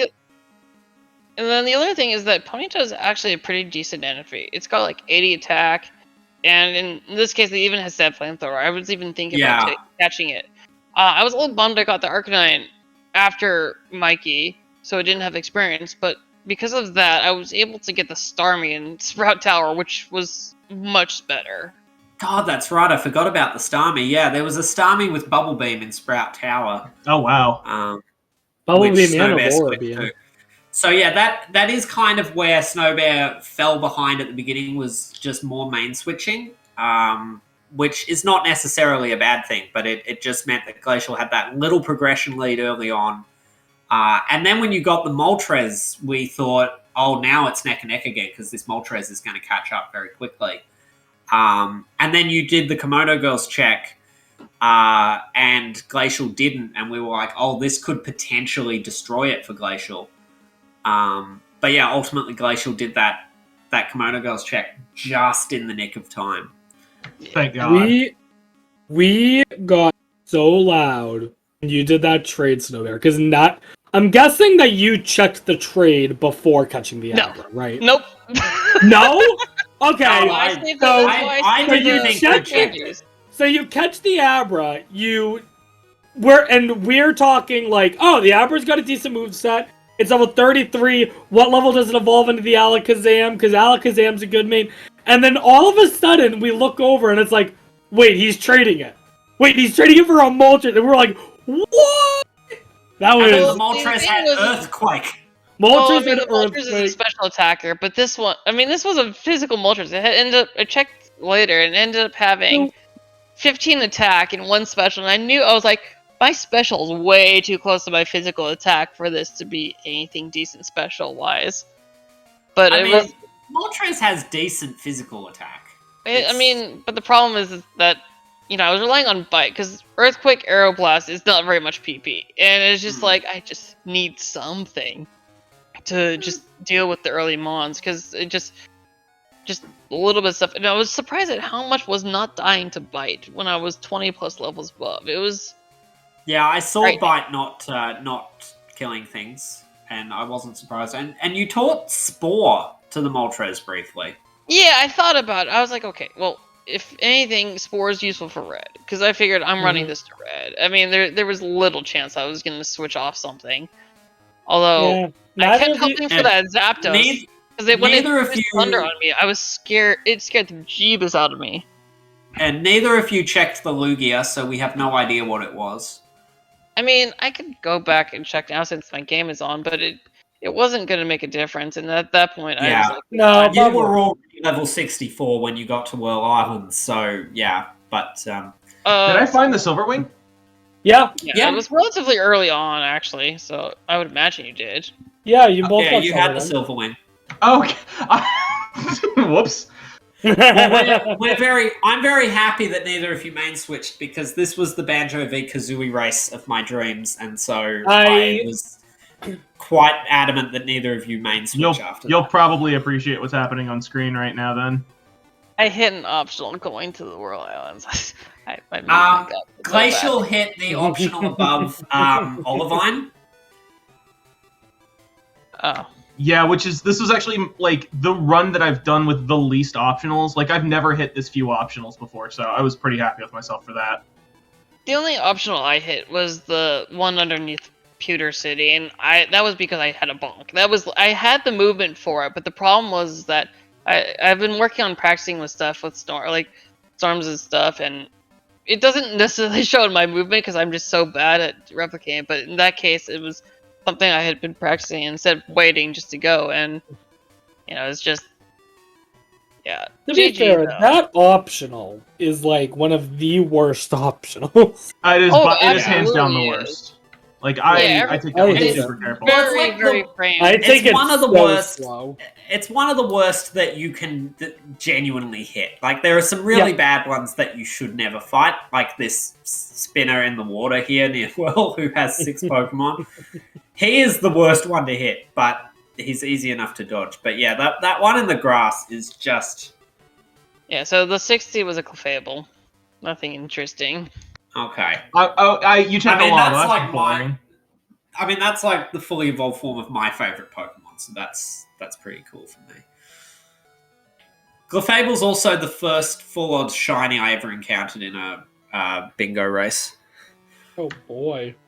In a Crystal?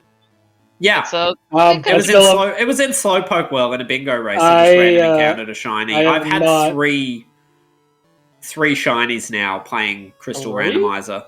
Wow, that's 0.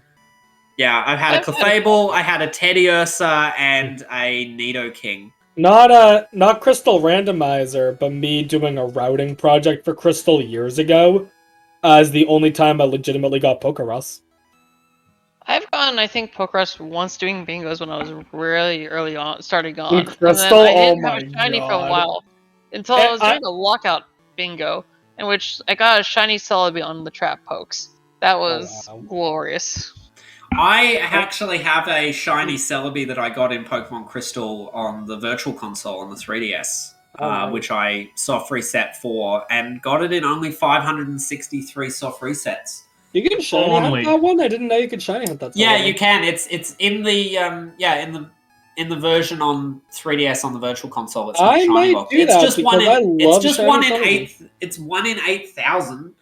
So you know. I mean, yeah, but like I It's- love shiny Celebi, so it's worth it for me. Yeah, so do I. I mean, since I did that hunt, they've like done event giveaways for shiny Celebi in Pokemon Sword and Shield, and also they did one in Pokemon Go. So I now have like 3 shiny Celebis, but still knowing that I have a legit full odds one that I reset for in Gen 2 is pretty hype.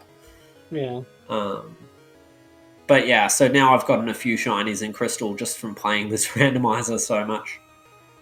So Snowbear, why did you do Morty early? You always- Yeah, who are you? You're- What have Nobody you would done with expect the me real to do Snowbear? it. Nobody would expect me to do it early, that's why. I guess, that's what but I as you speculated. always said, Morty is a scam. Yeah.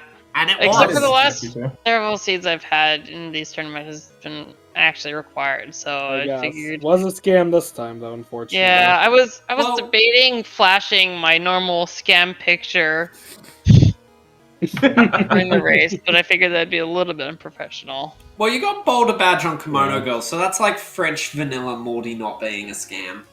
No, not even close. Not really, no. Not really. Not even close. That makes no sense, and it's just not true. Yeah, still- but GG, Glaciel. Thanks. It was a really good race. It was an amazing race. I enjoyed that so much, and we got so hyped because you did that warp, the death warp back to Azalea after you got that Ursa Ring set up at the same time as Snowbear traded for the Moltres, and so we were just in awe of both of you making these big brain plays. Yeah, all in all, this is a very, very good match to start off the second phase of the tournament. So. Yeah, like this absolutely could have gone either way. If Snowbear had gone to Erica just a little earlier, if Snowbear had made the meme play of like Dragon's Den before Whirl Islands, Or even if There's Glaciel no just got reason to one do crit that. on Red. No. yeah, or if Glacial had just grabbed Kimono Girls the first chance they had instead of delaying it. Yeah. I tend to wait on Kimono Girls until I can one-shot everything, and I just never had a good chance to get back to Ekritique after starting through there. I kind of thought that maybe once you found Thunder Badge and were one away, that might be your first stop, because at that It should have I- been. I figured you were going to do Kimono Girls on your way in entering Tin Tower. Ah. Yeah, also could have done that, yeah. I have a hard time figuring out when to do Kimono Girls. Like, I don't really know how to value that check. In my opinion, either as soon as you enter Ekritique Kimono Girls, or like you said, if you don't think you're going to one-shot everything, then when you fly back probably for Tin Tower, but if you're flying back for Morty, then it could be like that too. Or if you're flying for Mahogany Access or whatever. Okay. I mean, still not bad for my third race, right? Also, No, you did very well. The other thing is Pretty the good. difference between the runners. Pretty good. Snowbear fought the Soft Sand Girls and Glacial didn't. Yeah. I hate that check.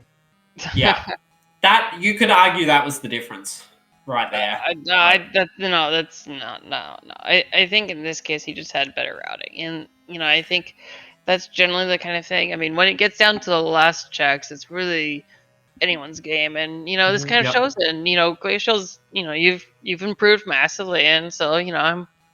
Yeah, Glacial played extremely well. Kudos to You both played very well. Your movement was very clean. You only hit one optional each. I think you both had excellent mains that were not really giving you any trouble in any fights. Like, Glacial had a bit of trouble on the red fight because that Kingler had Vital Throw. I wasn't too concerned. I was more surprised that Red actually switched out. I guess it Oh, was Jamie, I running didn't low even of the notice thunder that. punches. So he started switching to spike cannon really weirdly, but Yeah, same here. Yeah, we think that the Kingler stopped using Vital Throw once he got the X defense up, but Yeah, I don't know. It was I got really lucky that I only had to reset that fight once. yeah, because we 'cause- did wonder if it was going to get on top of you, because if the Kingler kept getting crits with Vital Throw, and meanwhile Snowbear's running a Moltres that resists it, so yeah. it was a chance, and we knew that Snowbear was like one fight away from go mode at that point. Like, was just gonna. They were doing Claire's gym. We knew that they were going to be in go mode in a few minutes. Yeah, So we knew that you only had a little bit of time to finish, but you did Yeah. enough. Plan C, if Plan B didn't work out, was I was going to teach Flash over Headbutt.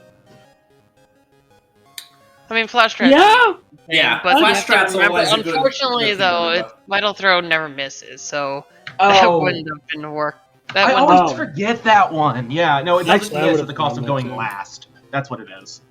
Right, I didn't even know that. I knew it I was had forgotten I knew that it as was a negative priority move, but but also, how much PP does Vital Throw have? like 15 or something like that. Oh, okay, yeah, More than I weren't had sure. healing items, because I forgot to buy some. But anyways, I think it's probably a good time for us to wrap this up, and Yep. Alrighty. I you know, agree. thank you, GG Glaciel. Congrats on moving on. And Yeah, thank you there's- so much. And I think this is kind of one of the reasons that it's kind of the exciting part is that you never know who's going to advance on. And I know a lot of people are like, "Oh, this is not double elimination." Well, this is supposed to be kind of a short and sweet tournament, so hopefully, the excitement builds with all the upsets and everything like that. And this was definitely an improvement. So Yeah. Yeah, and this was a really close race. This was very entertaining. I'm going to say this is definitely an upset on my part, too. that's okay. We were racing to be the first one out, so Oh, dang. Then I did lose. I guess that was it. But GG, and we'll talk about tomorrow's matches because we have 2 matches tomorrow. We have Rushmore versus Roush versus Baby KO at 1:00 p.m. Eastern time, and that'll be commented by me and Rob. So if you Hello. love Rob's voice, you get to hear him again tomorrow. And And if you then- hate my voice, then watch it muted because you should still watch. And then we have Zan versus Vilches at 4:30 p.m. Eastern time, and this is going to be restreamed on both the Portuguese SpeedGaming Portuguese and SpeedGaming Espanol. So it'll be pretty hype, and Dibnix will be covering that one. So keep in mind, this is a bracket stage. We're gonna hopefully try to get as many matches as we can. We have most of the matches scheduled up, but just stay tuned, and we will see you all around. And thanks again to SpeedGaming for hosting the tournament.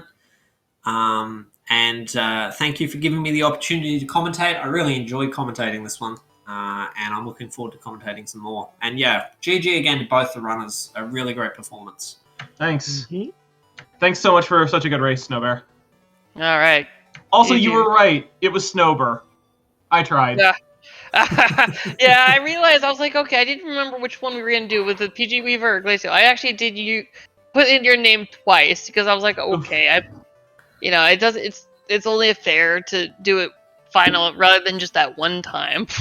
Yeah, Yeah. you did soft reset the first time you went to Elm, so you had to name it again. Did you guys agree that you were going to do that before the race? Yeah. Yeah. Yeah, we figured you had because you both named your rivals after each other. Yeah, all right. But anyways, thank you so much and congratulations. Yes, thanks guys. That was a great race. Thanks everybody And for thank watching. you as everyone well. for watching. Yeah, be sure to keep an eye out on the SpeedGaming channels for more races coming up. This is a great tournament and there's lots of great races ahead. Have a nice night. Goodbye. Bye, everybody.